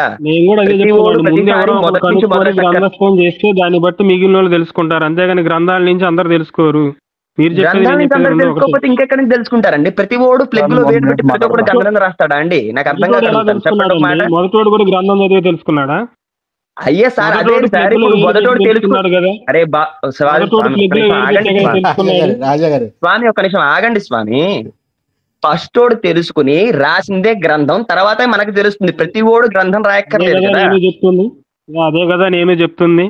గ్రంథాలు తెలుసుకోండి. ఇప్పుడు గుడికి వెళ్తే పుణ్యం రాదని మీరు ఎందుకు చెప్తున్నారు? నాకు అర్థం కావట్లేదు. ఇందాక నుంచి చెప్తున్నా, అడుగుతున్నాను, చెప్పండి. ఇప్పుడు అతను ఒక ఎక్స్ప్లెనేషన్ ఇచ్చాడండి. ప్లగ్ లో ఏలు పెడితే కరెంట్ షాక్ కొడుతుంది అని చెప్పి గ్రంథం రాశాడు. దాన్ని మీరు బిలీవ్ చేస్తున్నారు. ఇంకోటి ఏంటంటే నీళ్ళలో చేయబెట్టినా సరే కరెంట్ షాక్ కొడుతుంది అని చెప్పి రాశాడు, గ్రంథం రాశాడు. అది గ్రంథం, ఇది గ్రంథమే. మీరు దీన్ని ఏ బేసిస్ మీద బిలీవ్ చేస్తారు? రెండు గ్రంథస్థమైనవి కదా, గ్రంథాన్ని బిలీవ్ చేయాలని చేస్తారా? లేకుంటే దాంట్లో కరెంట్ ప్లగ్ కాదు సార్. ఇప్పుడు ప్లగ్ కరెంట్ మన కళ్ళ ముందు ఉంది, దాంట్లో వేలు పెట్టి తెలుసుకోగలం మనం. మీకు పుణ్యం పాపం మీ కళ్ళ ముందు ఉందా? ఎందుకు లేవండి? ఎక్కడున్నాయండి? చూపించండి నాకు. మీ పుణ్యం పాపం కళ్ళ ముందు పుణ్యం పాపం చూపించండి సార్. నాకు బ్యాలెన్స్ షీట్ మీద చూపించండి ఒకసారి. పాపం అంటే వస్తువులండి చూపించడానికి, కళ్ళ ముందు. అదే కదండి ఇందాక నుంచి నేను చెప్పేది. మెటీరియలిస్టిక్ థింగ్స్ ని పోల్చే వాటిని తీసుకువచ్చి మీరు నమ్మకానికి, బిలీఫ్ కి అంటగట్టి దానికి ప్రూఫ్లు చూపించండి అంటే ఎలా చూపిస్తారు సార్? మీకు ఇందాక నుంచి అర్థంగా అడుగుతున్నాను నేను. ఇందాక నుంచి అందరికి అదే చెప్దామని ప్రయత్నం చేస్తున్నాను. మీరు మెటీరియలిస్టిక్ థింగ్స్ ని కొలిచే కొలమానాలు తీసుకొచ్చి మీకు దీని ప్రూఫ్ చూపించండి అంటే, నమ్మకాన్ని తీసుకువచ్చి మీరు దీంతో మెటీరియలిస్టిక్ థింగ్స్ ని కొలిచే కొలమానాలతో ముడిపెట్టి అడుగుతున్నారు. ఇందాక నుంచి గుడికి వెళ్తే పుణ్యం అండి, ఎవడు కాదన్నాడు? ఎందుకు కాదన్నాడు? ఇప్పుడు గుడికి వెళ్తే వచ్చే పుణ్యము మీ పాపాలని హరించపజేయదే. అది మీ పాపాలను తట్టుకునే శక్తిని మీకు ఇస్తుంది. ఇది నమ్మకం. అర్థమవుతుందా? పుణ్యం పాపం అనేది నమ్మకం, అది బిలీఫ్ మీద ఆధారపడి ఉంటాయి. కర్మ, ఇప్పుడు చేసిన దానికి నేను కర్మ ఫలితం అనుభవిస్తాను అని భయం ఉంటే వాడు ఇప్పుడు పాపం చేయకుండా ఉంటాడు. అది కర్మ అంటే. దాన్ని తీసుకువెళ్ళి నాకు చూపించండి, నాకు కనిపించట్లేదంటే ఏం మాట్లాడండి? నాకు అర్థం కావట్లేదు ఇందాక నుంచి. గుడికి వెళ్తే పాపం రాదు, పాపం పోదు, పుణ్యం రాదని మీరు ఎలా చెప్తున్నారు? మీకు కనిపించిందా మీ పుణ్యం పాపం?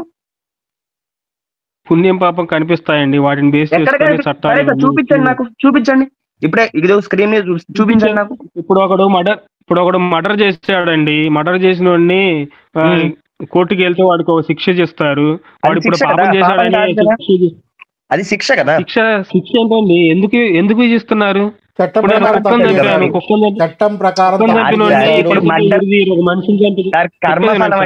ఒక మనిషిని చంపితే తీసుకుపోయి ఉరివేస్తారు, ఒక కుక్కను చంపితే ఉరేయరు. ఇక్కడ రెండిట్లో ఉన్న మెటీరియల్స్ మీకేం కనిపిస్తుంది? ఏం కనిపిస్తుంది? అందులో పాపం లేకపోవటం ఏంటి? అవును, మనిషిని ప్రాణిని చంపడం పాపమే కదా, కాదా?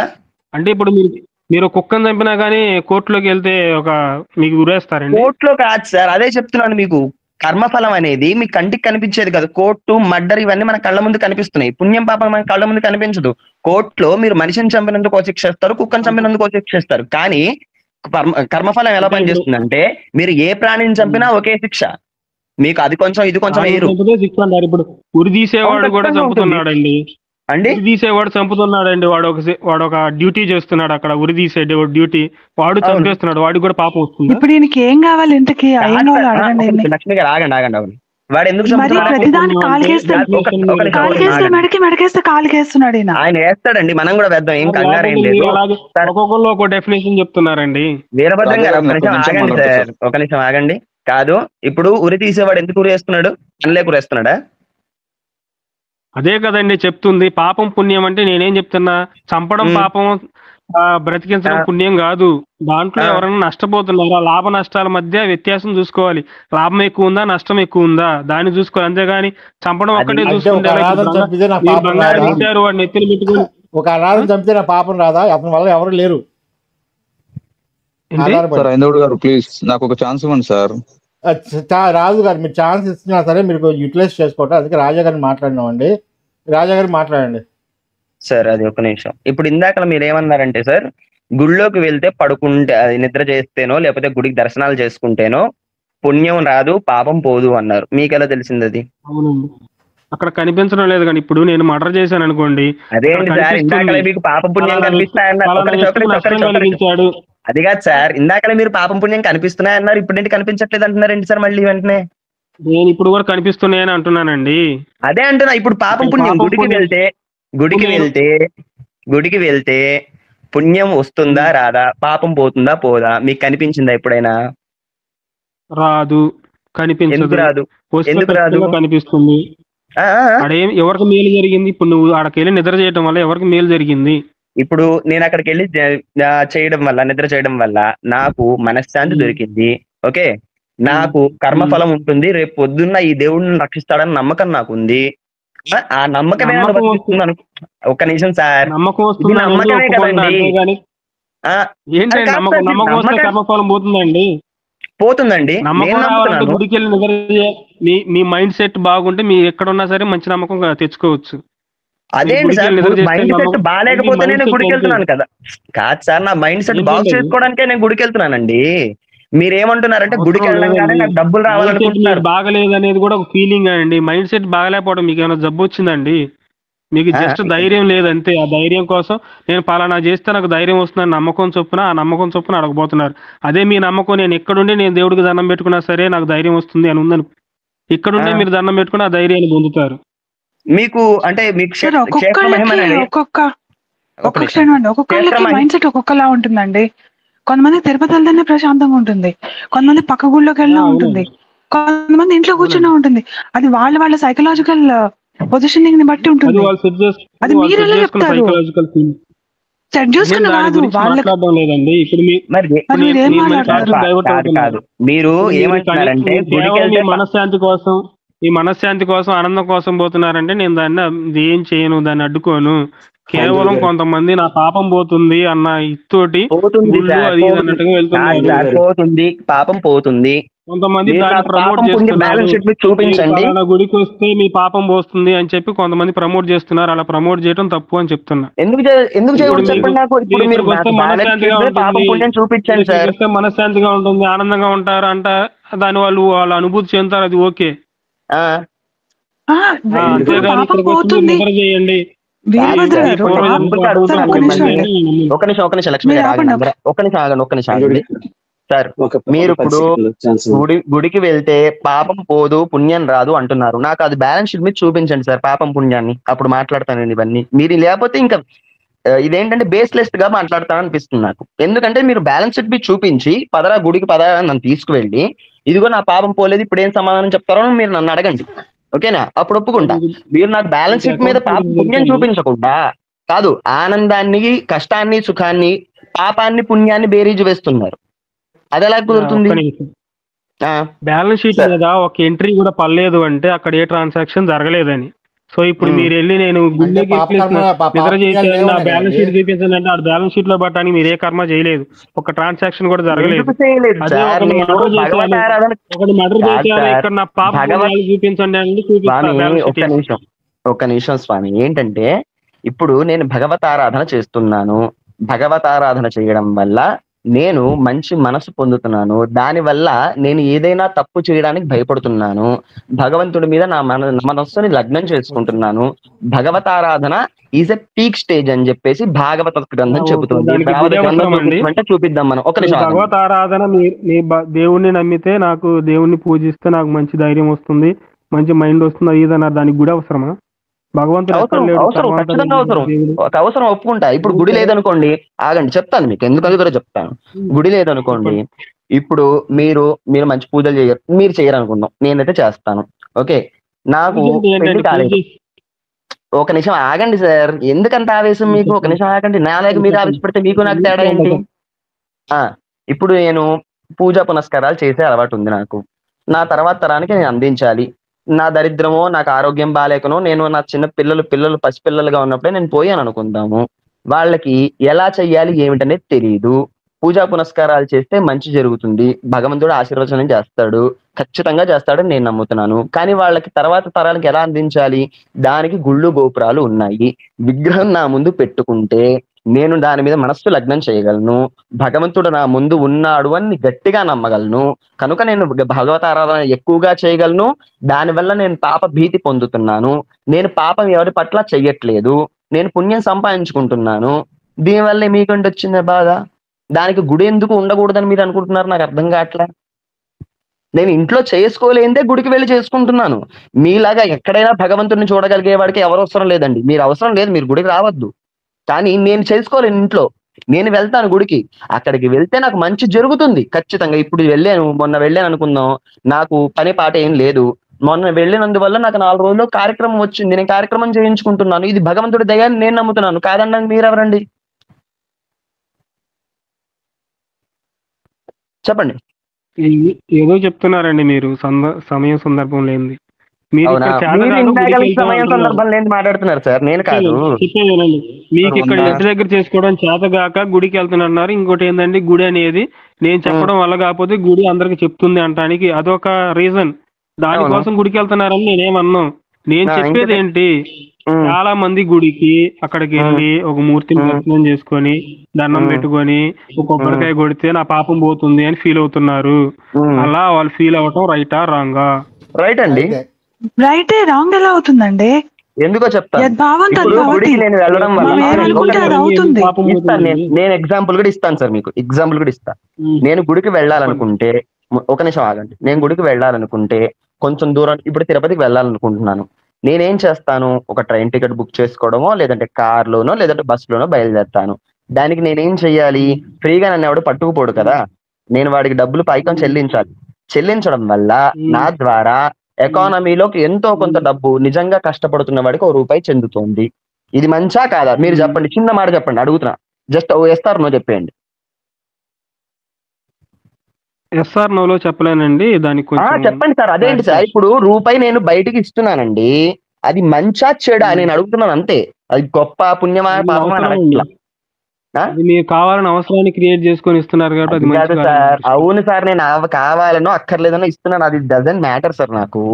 నేను ఇప్పుడు బయలుదేరి తిరుపతికి వెళ్తున్నాను సార్. టికెట్ బుక్ చేసుకున్నా, లేదంటే కార్ మాట్లాడుకున్నాను. ఆ కార్ నడిపేవాడు ఎవడైతే ఉన్నాడో వాడు నన్ను అక్కడికి తీసుకువెళ్తున్నందుకు వాడికి రుసుము చెల్లిస్తున్నాను, నేను డబ్బులు ఇస్తున్నాను. ట్రాన్సాక్షన్ జరిగింది అక్కడ. వాడు బతుకుతాడు. వాడి పెళ్ళాం బిడ్డలు ఈ రోజు ఇంకొక ₹1తో వాడు ఈ రోజు బతకడానికి అవకాశం నేను కల్పించాను. ఇది మంచా చెడా? మంచి కాదండి, చెడే. చెడేనా అండి? మేమందరం ఏం నమ్ముతామంటే, నా వల్ల ఇంకొకడు బతుకుతున్నాడు, ఓకే, కాబట్టి వాడి పెళ్ళాం బిడ్డలు ఇంకో పూట అన్నం తింటున్నారు, కాబట్టి ఇది మంచి, ఓకేనా? ఇప్పుడు మీరు కల్పించుకున్న పని వల్ల దానికి సంబంధించిన పనులు కల్పించుకున్న వాళ్ళు బాగుపడుతున్నారు.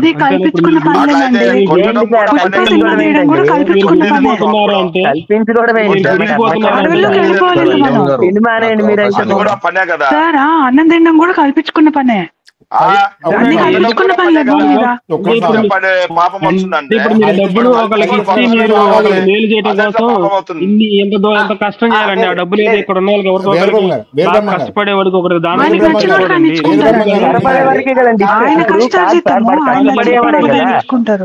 లాంగ్ ప్రాసెస్ ఎందుకండి? ఇప్పుడు నాకు తెలిసిన ఒకడు ఉన్నాడండి. ఒక్క నిమిషం ఆగాలని అందరూ మ్యూట్ పెట్టాను నేను అందరినీ. వీరబ్రహ్మం గారు కల్పించుకున్న పని అన్నారు. కల్పించుకోని పనులు ఏమైనా ఉన్నాయో ఒకసారి నాకు ఎగ్జాంపుల్ చెప్పండి. అన్మ్యూట్ చేసి మాట్లాడండి.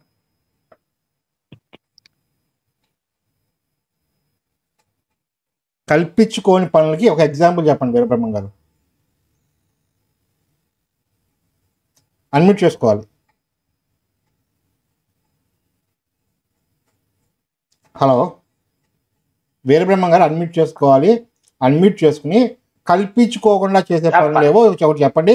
ఇంకెవరు మాట్లాడదు దయచేసి. క్రాస్ టాక్ చాలా హెవీగా ఉంది. మీకు ప్యానెల్లో ఇప్పుడు మనకు ఆకలేస్తే ఖచ్చితంగా ఏదో ఒకటి తినాలి. ఇది మనం కల్పించుకున్న పని కాదు, నేచర్ మనకి ఇచ్చిన పని. ఇంకా సో ఖచ్చితంగా నువ్వు బ్రతికొండాలంటే నువ్వు ఆహారం తీసుకోవాలి. ఇది నువ్వు కల్పించుకున్న పని కాదు. ఓకే, అది మాత్రం మనం చేయాలి. ఇంక కల్పించుకునే మనుషులు పని ఇంకే కాదు. పని చేయకూడదా? ఇంకే పనులు చేయకూడదు, మిగతా అన్ని కల్పించుకున్నవే. Sir 1 minute. ఇప్పుడు కల్పించుకుని రాజు గారు ఎగ్జాంపుల్ కాసేపు చెప్పమన్నారు, ప్యానల్ చెప్పానండి. తీసేస్తాను, ఎగ్జాంపుల్స్ ఇంకోసారి అంటే అర్థం చాలా చేసుకోండి. ఉంటాయి, లక్ష ఎగ్జాంపుల్స్ ఉంటాయి. చెప్పండి ఇప్పుడు నేను చెప్పని చెప్పండి. అన్ని నాకు లక్ష ఆకలి ఎగ్జాంపుల్స్ వేస్తుంది, చేస్తామండి నా మనం. పొలం గోక్కుంటున్నాను, అవి కాదండి ఎగ్జాంపుల్స్ చెప్పాల్సింది. నేను పనులు అడిగాను. ఏ పని అన్నం మనం తినడం కూడా అదేనండి కల్పించుకున్న పనే. ఏ పని? పని అంటే అన్నం ఇప్పుడు తినడం నాకు కూడా ఆహారం కల్పించుకున్న పనే. కావాలి, ఎందుకు కావాలి? చూడండి, నాకు ఇప్పుడు ఆహారం మనం కావాలి. బతికేం చేస్తున్నాం? నాకు ఆహారం కావాలంటే ఏదో ఒక పని చేసి సంపాదించాలి. ఎందుకు కావాలి? ఫర్ సపోజ్ ఎందుకు నాకు కావాలి ఏదో రాళ్ళు ఆహారం? కొట్టడం, నాకు రాళ్ళు నాకు క్రాస్ టాక్ అవుతుందండి, మళ్ళీ చెప్తున్నాను. ఇంకొకసారి క్రాస్ టాక్ అయితే నేను ప్యానల్ నుంచి తీసేస్తాను. నేను మాట్లాడుతున్నాను, కాసేపు ఓపిక పట్టాను. నన్ను ఒక్క నిమిషం ఆగాలండి వీరబ్రహ్మం గారు. మీరు ఇక్కడ కల్పించుకుని చేసే పనులకి ఎగ్జాంపుల్ అన్ని చెప్తున్నారు. కల్పించుకోకుండా చేసే పనులు అంటే నాకు ఆకలి వేస్తే అన్నం తినడం అంటున్నారు. ఆకలి వేస్తే నేను అన్నమే తినాల్సిన అవసరం లేదు, ఫ్రూట్స్ తినొచ్చు, ఏవైనా తినొచ్చు. ఇక్కడ మీరు నేను కల్పించుకోకుండా చేయాల్సిన పనులు ఏవో ఎగ్జాంపుల్స్ చెప్పండి అని చెప్పారు. దానికి అన్నం తినడం, వీపు గోక్కోవడం ఇవి కాదండి చెప్పాల్సింది.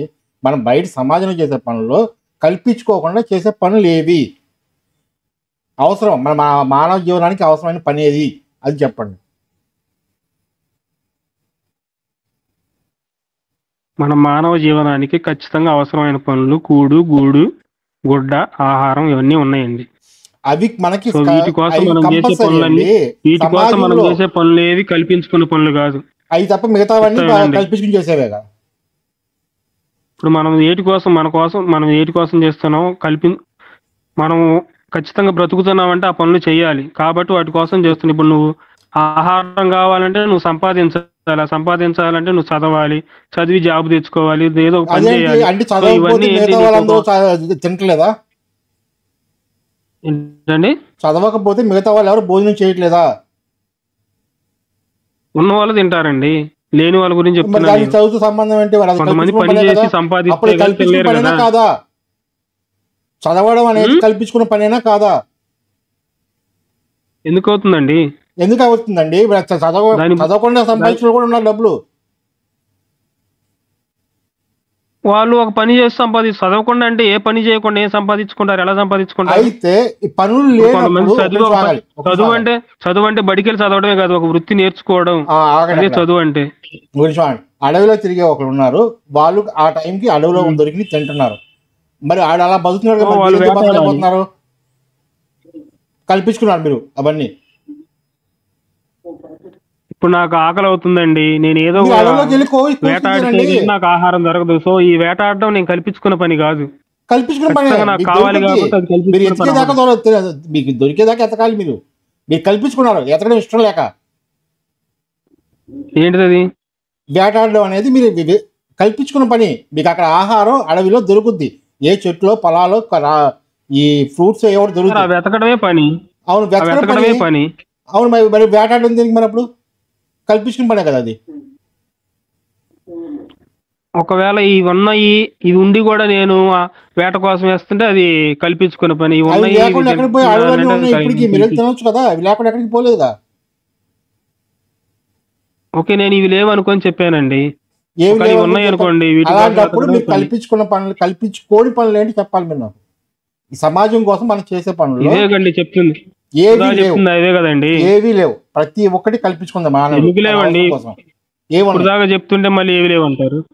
తినడం అండి, తినడం అడవిలో దొరుకుతాయండి, తినేయచ్చండి. పడుకోవడం రోడ్డు మీద ఎక్కడైనా పడుకోవచ్చండి, నేల మీద. దానికోసం మంచం పక్కా వేసుకోవాల్సిన అవసరం లేదు.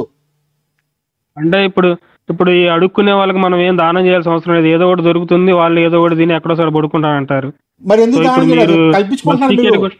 బతికేస్తున్నారంటే అవసరం లేదు, వాళ్ళు ఏదో ఒకటి తిని ఏదో ఒకటి బతికేస్తారంట. అలా కదండి, అవసరం ఎక్కడుందో మీరు చెప్పాలి నాకు.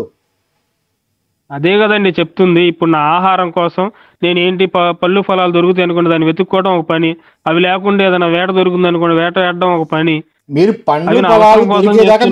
కానీ ఇక్కడ మీరు గుడికి వెళ్ళడం మీరు కల్పించుకున్న పని. మీకు ఏం అవసరం ఉంది? దేవుని దండం పెట్టుకోవచ్చు, అక్కడికి వెళ్ళి దేవుని దండం పెట్టుకోవడం మీరు కల్పించుకున్న పనే. మీరు వేటాడడం కూడా కల్పించుకున్న పనే. అయ్యా ఒక్క నిమిషం అవునండి. రామకృష్ణ గారు ఇందాక కూడా ఆగండి, ఒక నిమిషం ఆగండి సార్. మీ పేరు వీరబ్రహ్మం గారు కదా, ఓకేనండి. సింపుల్ అడుగుతాను. మీకు అంటే మీ వాళ్ళు ఉండుంటారు, మీ ఫ్యామిలీ ఉండుంటారు, వాళ్ళకి మీరు సంపాదించి పెడుతూ ఉంటారు కదా, అది మీరు కల్పించుకున్న పనా, నేచర్ మీకు ఇచ్చిన పనా?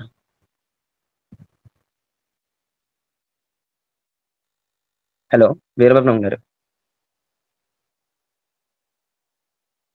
అయ్యా వీరబ్రహ్మం గారు, ఆయన ఆలోచించుకుంటున్నారండి. అసలు పుట్టడమే కల్పించుకున్న పని కదండి. భార్యాభర్తలు మీరు ఇద్దరు భోజనం చేయడం ఎందుకండి? పుట్టటము. మీరు భోజనం చేయడం కూడా మీరు కల్పించుకుని, బతకడం మనకు బతకాలనిపిస్తోంది, మనం కల్పించుకున్న పని కదండి. నేను అన్నది అదే ఇందాక, ఎగ్జాక్ట్లీ బతకడం కూడా కల్పించుకున్న పనే. పుట్టడమే మాట్లాడుతున్నారు. భార్యాభర్తలు ఇద్దరు కలుసుకుంటే పుట్టడమే కల్పించుకున్న పని. ఎంత అబ్సర్డ్ గా మాట్లాడతారంటే తీసుకువెళ్ళి, ఒక నిమిషం సార్, ఎంత అబ్సర్డ్ గా మాట్లాడుతున్నారంటే ఇందాక నుంచి, ఇంకా దాన్ని ఎలా తీసుకువెళ్ళాలంటే నేను ఏదో ఒకటి మాట్లాడాలన్నట్టు మాట్లాడుతున్నారు. ఇప్పుడు ఒక్క నిమిషం రామకృష్ణ గారు అర్పించొద్దు ప్లీజ్, ఏమనుకోవద్దు, అర్పించొద్దు ప్లీజ్.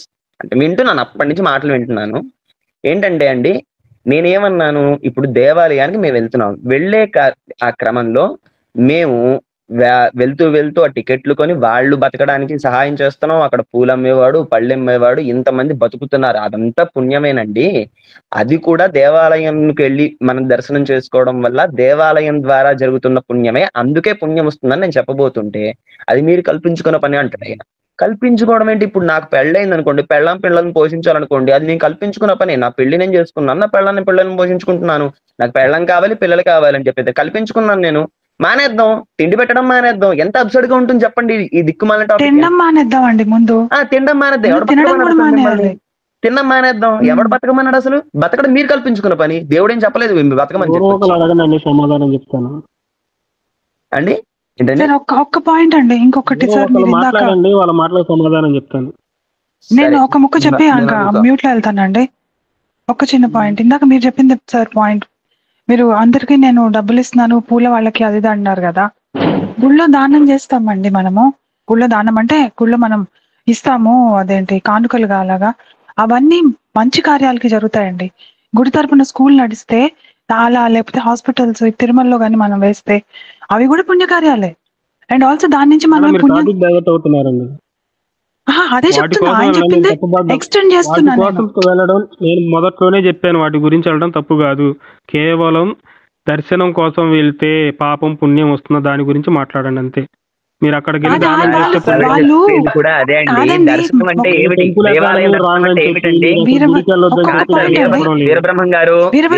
ఆన్సర్ చేస్తాను.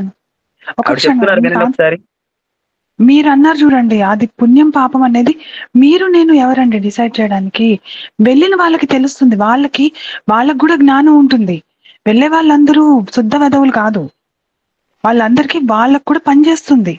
వాళ్ళు నాకు పాపం, నేనేదో పాపం చేశాను, నాకు ఇది పోతుంది అనుకుని వాళ్ళు వెళ్తే వాళ్ళకి మానసికంగా చాలా ధైర్యం వస్తుంది, వాళ్ళ పాపం పోతుంది, వాళ్ళు ఫీల్ అవుతున్నారు. కాబట్టి మీరు నేను ఎవరు డిసైడ్ చేయడానికి? పాపం పుణ్యము మన పే స్కేల్ కంటే ఎక్కువ అండి. అది మన పే స్కేల్ లో, మన పే గ్రేడ్ లో లేదు. అది చాలా పెద్ద, చాలా మనం తపస్సు చేసి ఫీల్ అవడం కాదు, పోతుందేమో మీకు నాకేం తెలుసు అంటున్నా. మనం ఎవరం డిసైడ్ చేయడానికి? మీరెవరు డిసైడ్ చేయడానికి? మీరేమన్నా ఒక 10 ఏళ్ళన్నా తపస్సు చేశారా? ఎవరైనా ఒక యోగి దగ్గర పోయి కూర్చొని ఏమన్నా వాళ్ళు అడిగారా జ్ఞానం మీకుందా?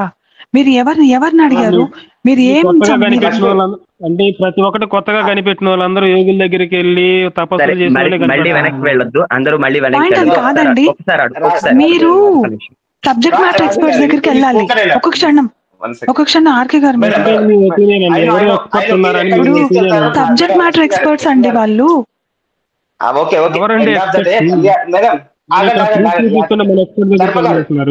ఒక్క నిమిషం, మళ్ళీ లక్ష్మి గారు మళ్ళీ ఒక స్టేట్మెంట్ సిచ్యువేషన్ కి తీసుకెళ్ళకండి.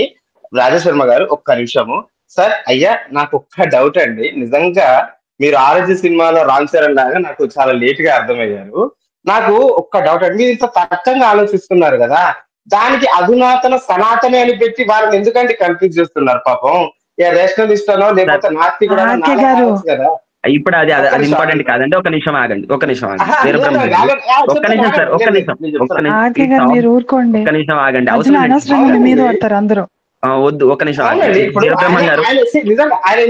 ఆయన సనాతనం అనేది పూర్తిగా గుడ్డిగా నమ్మిన వాళ్ళకే అర్థమైందా? మీరు ఇట్లా ఎవడు సనాతనం సార్ నమ్మి చెప్పింది? అందులో ఎవడు చెప్పి ఎందుకు ఇలాంటి అంటున్నారు? దిక్కుమాలి స్టేట్మెంట్లు ఇవ్వద్దు ఆర్కే గారు మీరు. అందుకే ఆగమన్నాను ఒక నిమిషం మిమ్మల్ని. ఇలాంటి దిక్కుమాలి స్టేట్మెంట్ ఇవ్వద్దు దయచేసి, ప్లీజ్. వద్దు వద్దు, ఒక నిమిషం ఆగండి ఆర్కే గారు. ఆయన ఆన్సర్ చెప్పదండి, మీకు కాదు క్వశ్చన్. ఎందుకు మీరు మీరు ఎందుకు తొందరపడుతున్నారు? మీరు ఇప్పుడు అదే సార్, అవసరం లేని టాపిక్ కదా. మీకు కాదు. This question is not for you. RK గారు ఊరికే అండి మీరు. ఆర్కే గారు మీరు కాస్త వాళ్ళు మాట్లాడుకుంటున్నారు, ఎందుకండి ఊరుకోండి.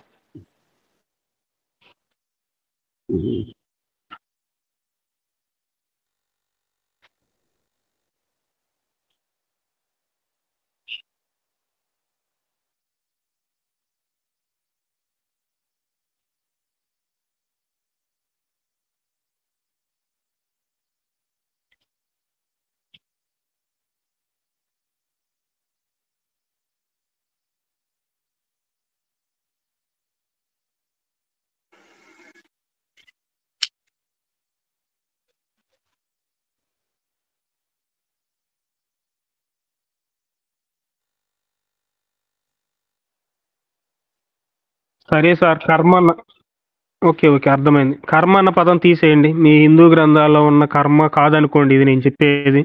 జస్ట్ ఇప్పుడు మన చట్టాల ప్రకారం చూసుకుంటాం కదా, అర్థమైందా? తప్పు ఒప్పు అంటాం కదా,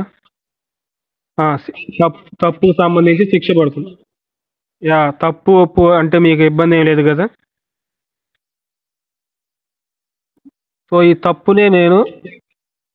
ఈ తప్పు వల్లే మనకి పుణ్యం వస్తుందండి.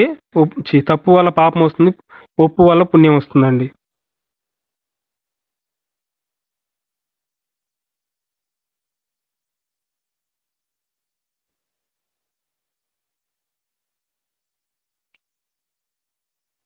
కాన్స్టిట్యూషన్ లో పుణ్యం పాపం ఉండదండి, వాళ్ళకి శిక్షలు మాత్రమే ఉంటాయి. ఎక్కడి నుంచి వచ్చేది ఏందండి? అది తెలుగు భాషే కదండి.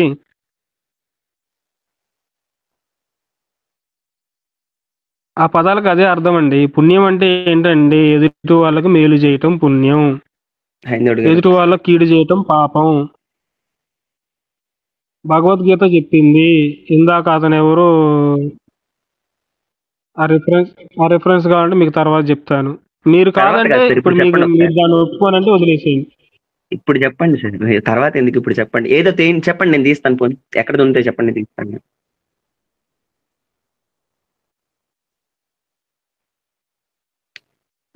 కర్మకు కాదండి నేను చెప్తుంది. అసలు కర్మ అన్న పదం తీసేయండి సార్ మీరు. కర్మ వల్లే కదా పుణ్యం పాపం అని డిఫైన్ చేసేది. మీరు కర్మని తీసేస్తే ఇంకేముంది? మాకు అర్థం కాదు. పని అనండి. ఓకే, అవన్నీ మీ పదాలు అన్నారు కాబట్టి. అయ్యో సార్, పనన్నా కర్మన్న ఒకటే. అయ్యో బాబు సారీ, ఏమనుకోవద్దు. కర్మన్న అన్నారు కాబట్టి నేను అచ్చ తెలుగులో ఉన్న పదం చెప్తున్నానండి. సరే, పనికి ప్రతిఫలము.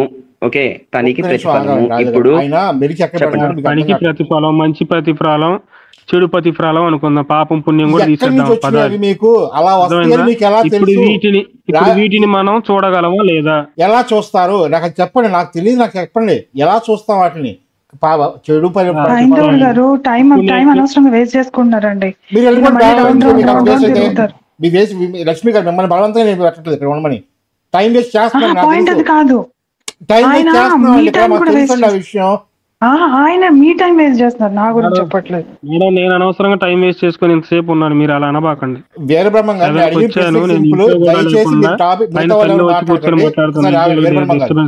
వీరబ్రహ్మం గారు మీరు పని చేస్తే ఆ పనికి పుణ్యమో పాపమో వస్తది అన్న విషయం మీకు ఎలా తెలుసు? పుణ్యము పాపము అన్న పదాలు తీసేయండి సార్. మరి ఏ పదాలు టాపిక్ లేదు కదండి, ఇంకా టాపిక్ లేదు కదా. చెప్పేది పూర్తిగా చెప్తే అర్థమవుతుంది మీకు. చెప్పండి చెప్పండి. ఓకేనా? ఇప్పుడు మంచి పని చేస్తే మనకు మంచి కర్మఫలం వస్తుంది. మళ్ళీ కర్మఫలం అంటారేంటండి మీరు? మంచి చెడు వదిలేసి మిగతా మాట్లాడాలండి. మంచి ఫలం చెడు ఫలం వస్తుంది. ఓకేనా? మంచి చెడు ఎక్కడి నుంచి వచ్చింది సార్? అదే వస్తుంది అంటే ఇప్పుడు ఎవరికైనా చెడు చేసావనుకోండి, ఎవరైనా సరే నేను శిక్షిస్తారు. చట్టాలు వాటికి దొరికాయని నేను శిక్షిస్తాయంటే దానికి ఏంటి? ఖచ్చితంగా అక్కడ తప్పు చేశావు, తప్పు చేసావు అన్న ఫీల్. దొరకపోతే దేవుడు ఉన్నాడు కదండి, నేను దొరికితే చెప్తున్నా, దొరకపోతే దేవుడు ఖచ్చితంగా దొరుకుతా. అదే కదా మరి దేవుడికి. ఒక్క నిమిషం ఆగండి. చట్టాల్లో ఉన్నవే తప్పులు, మిగతా తప్పులు కదా పోయి తెలుస్తుంది దేవునికి. బయట ఉంటే తెలియదా? తెలియదు. బయట ఉంటే మీరు టాపిక్ చేయరు కదా. ఒక్క నిమిషం ఆగండి. చట్టాల్లో ఉన్నవే తప్పులా, మిగతా తప్పులు కాదా వీరబ్రహ్మం గారు? అయ్యో నేను ఎగ్జాంపుల్ గా చెప్తున్నానండి. మీరు ప్రతి ఒక్క దాంట్లో ఉన్నాయి, దీంట్లో ఉన్నాయి, దాన్నే ఒక శాసనంగా తీసుకుంటున్నారు. నేను జస్ట్ ఎగ్జాంపుల్ గా చెప్తున్నా. డిఫైన్ చేశారు మీరు, ఫస్ట్ నుంచి శాసనం కింద డిఫైన్ చేశారు కర్మ అంటే దాన్ని. ఇక్కడ మీరు మంచి ప్రతిఫలం వస్తుంది అన్నారు. అలా వస్తుంది అనడానికి ఆధారం ఏంటి? ఏ ప్రతిఫలం వస్తుంది అని నా ప్రశ్న. దానికి ఏ ఆధారంతో మీరు చెప్తున్నారు చెప్పండి. ఆధారం ఏంటండి? అది నమ్మకమే కదండి. ఆ నమ్మకం మనం మంచి చేస్తే మనకు మంచి జరుగుతుంది, మనం చెడు చేస్తే మనకు చెడు జరుగుతుంది. నమ్మకమే కదా అది. అదే ఆ నమ్మకం మీకు ఎక్కడి నుంచి వచ్చిందని అడుగుతున్నాను నేను. దేవుడు ఉన్నాడని నమ్మాను కాబట్టి వస్తుంది. దేవుడు ఉన్నాడు కాబట్టి ఆయన మీకు మీరు తప్పు పని చేస్తే మిమ్మల్ని శిక్షిస్తానని మీకు ఎప్పుడైనా చెప్పాడా? నీకు చెప్పలేదా? నాకు చెప్పలేదు. నాకైతే చెప్పాడండి. ఎలా చెప్పాడు? ఫోన్ చేశాడా లేదా కళ్ళ కనిపించాడా? ఎలా వచ్చాడు?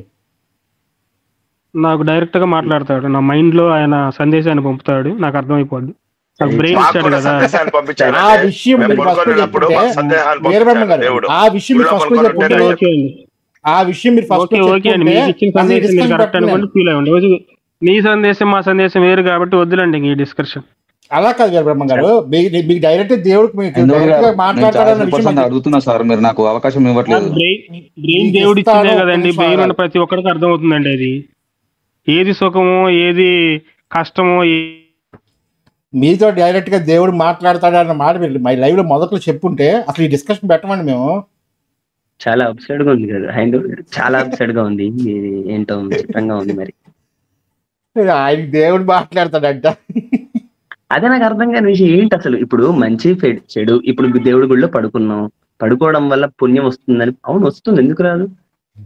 దేవుడి సన్నిధిలో మనం నాకు దేవుడు చెప్పాడండి, పడుకొని నిద్రపోతా అంటే నాకు దేవుడు చెప్పాడు, రే నీ పాపం పోయింది రా, ఇక్కడ పడుకున్నావు నాయన, నీ పాపం పోగొట్టే రా అని నాకు దేవుడు. మాకందరికి దేవుడు చెప్పాడు. మరి అయితే ఆ మాటకు వస్తే అదైతే నిజమే. మరి వీరబ్రహ్మం గారు మీకు ఎలాగైతే దేవుడు అలా చెప్పాడో మాకు ఇలా చెప్పాడు. మరి దేవుడిని అడగాలి, అయితే మమ్మల్ని కాదు, దేవుడిని అడగాల్సి ఉంటుంది.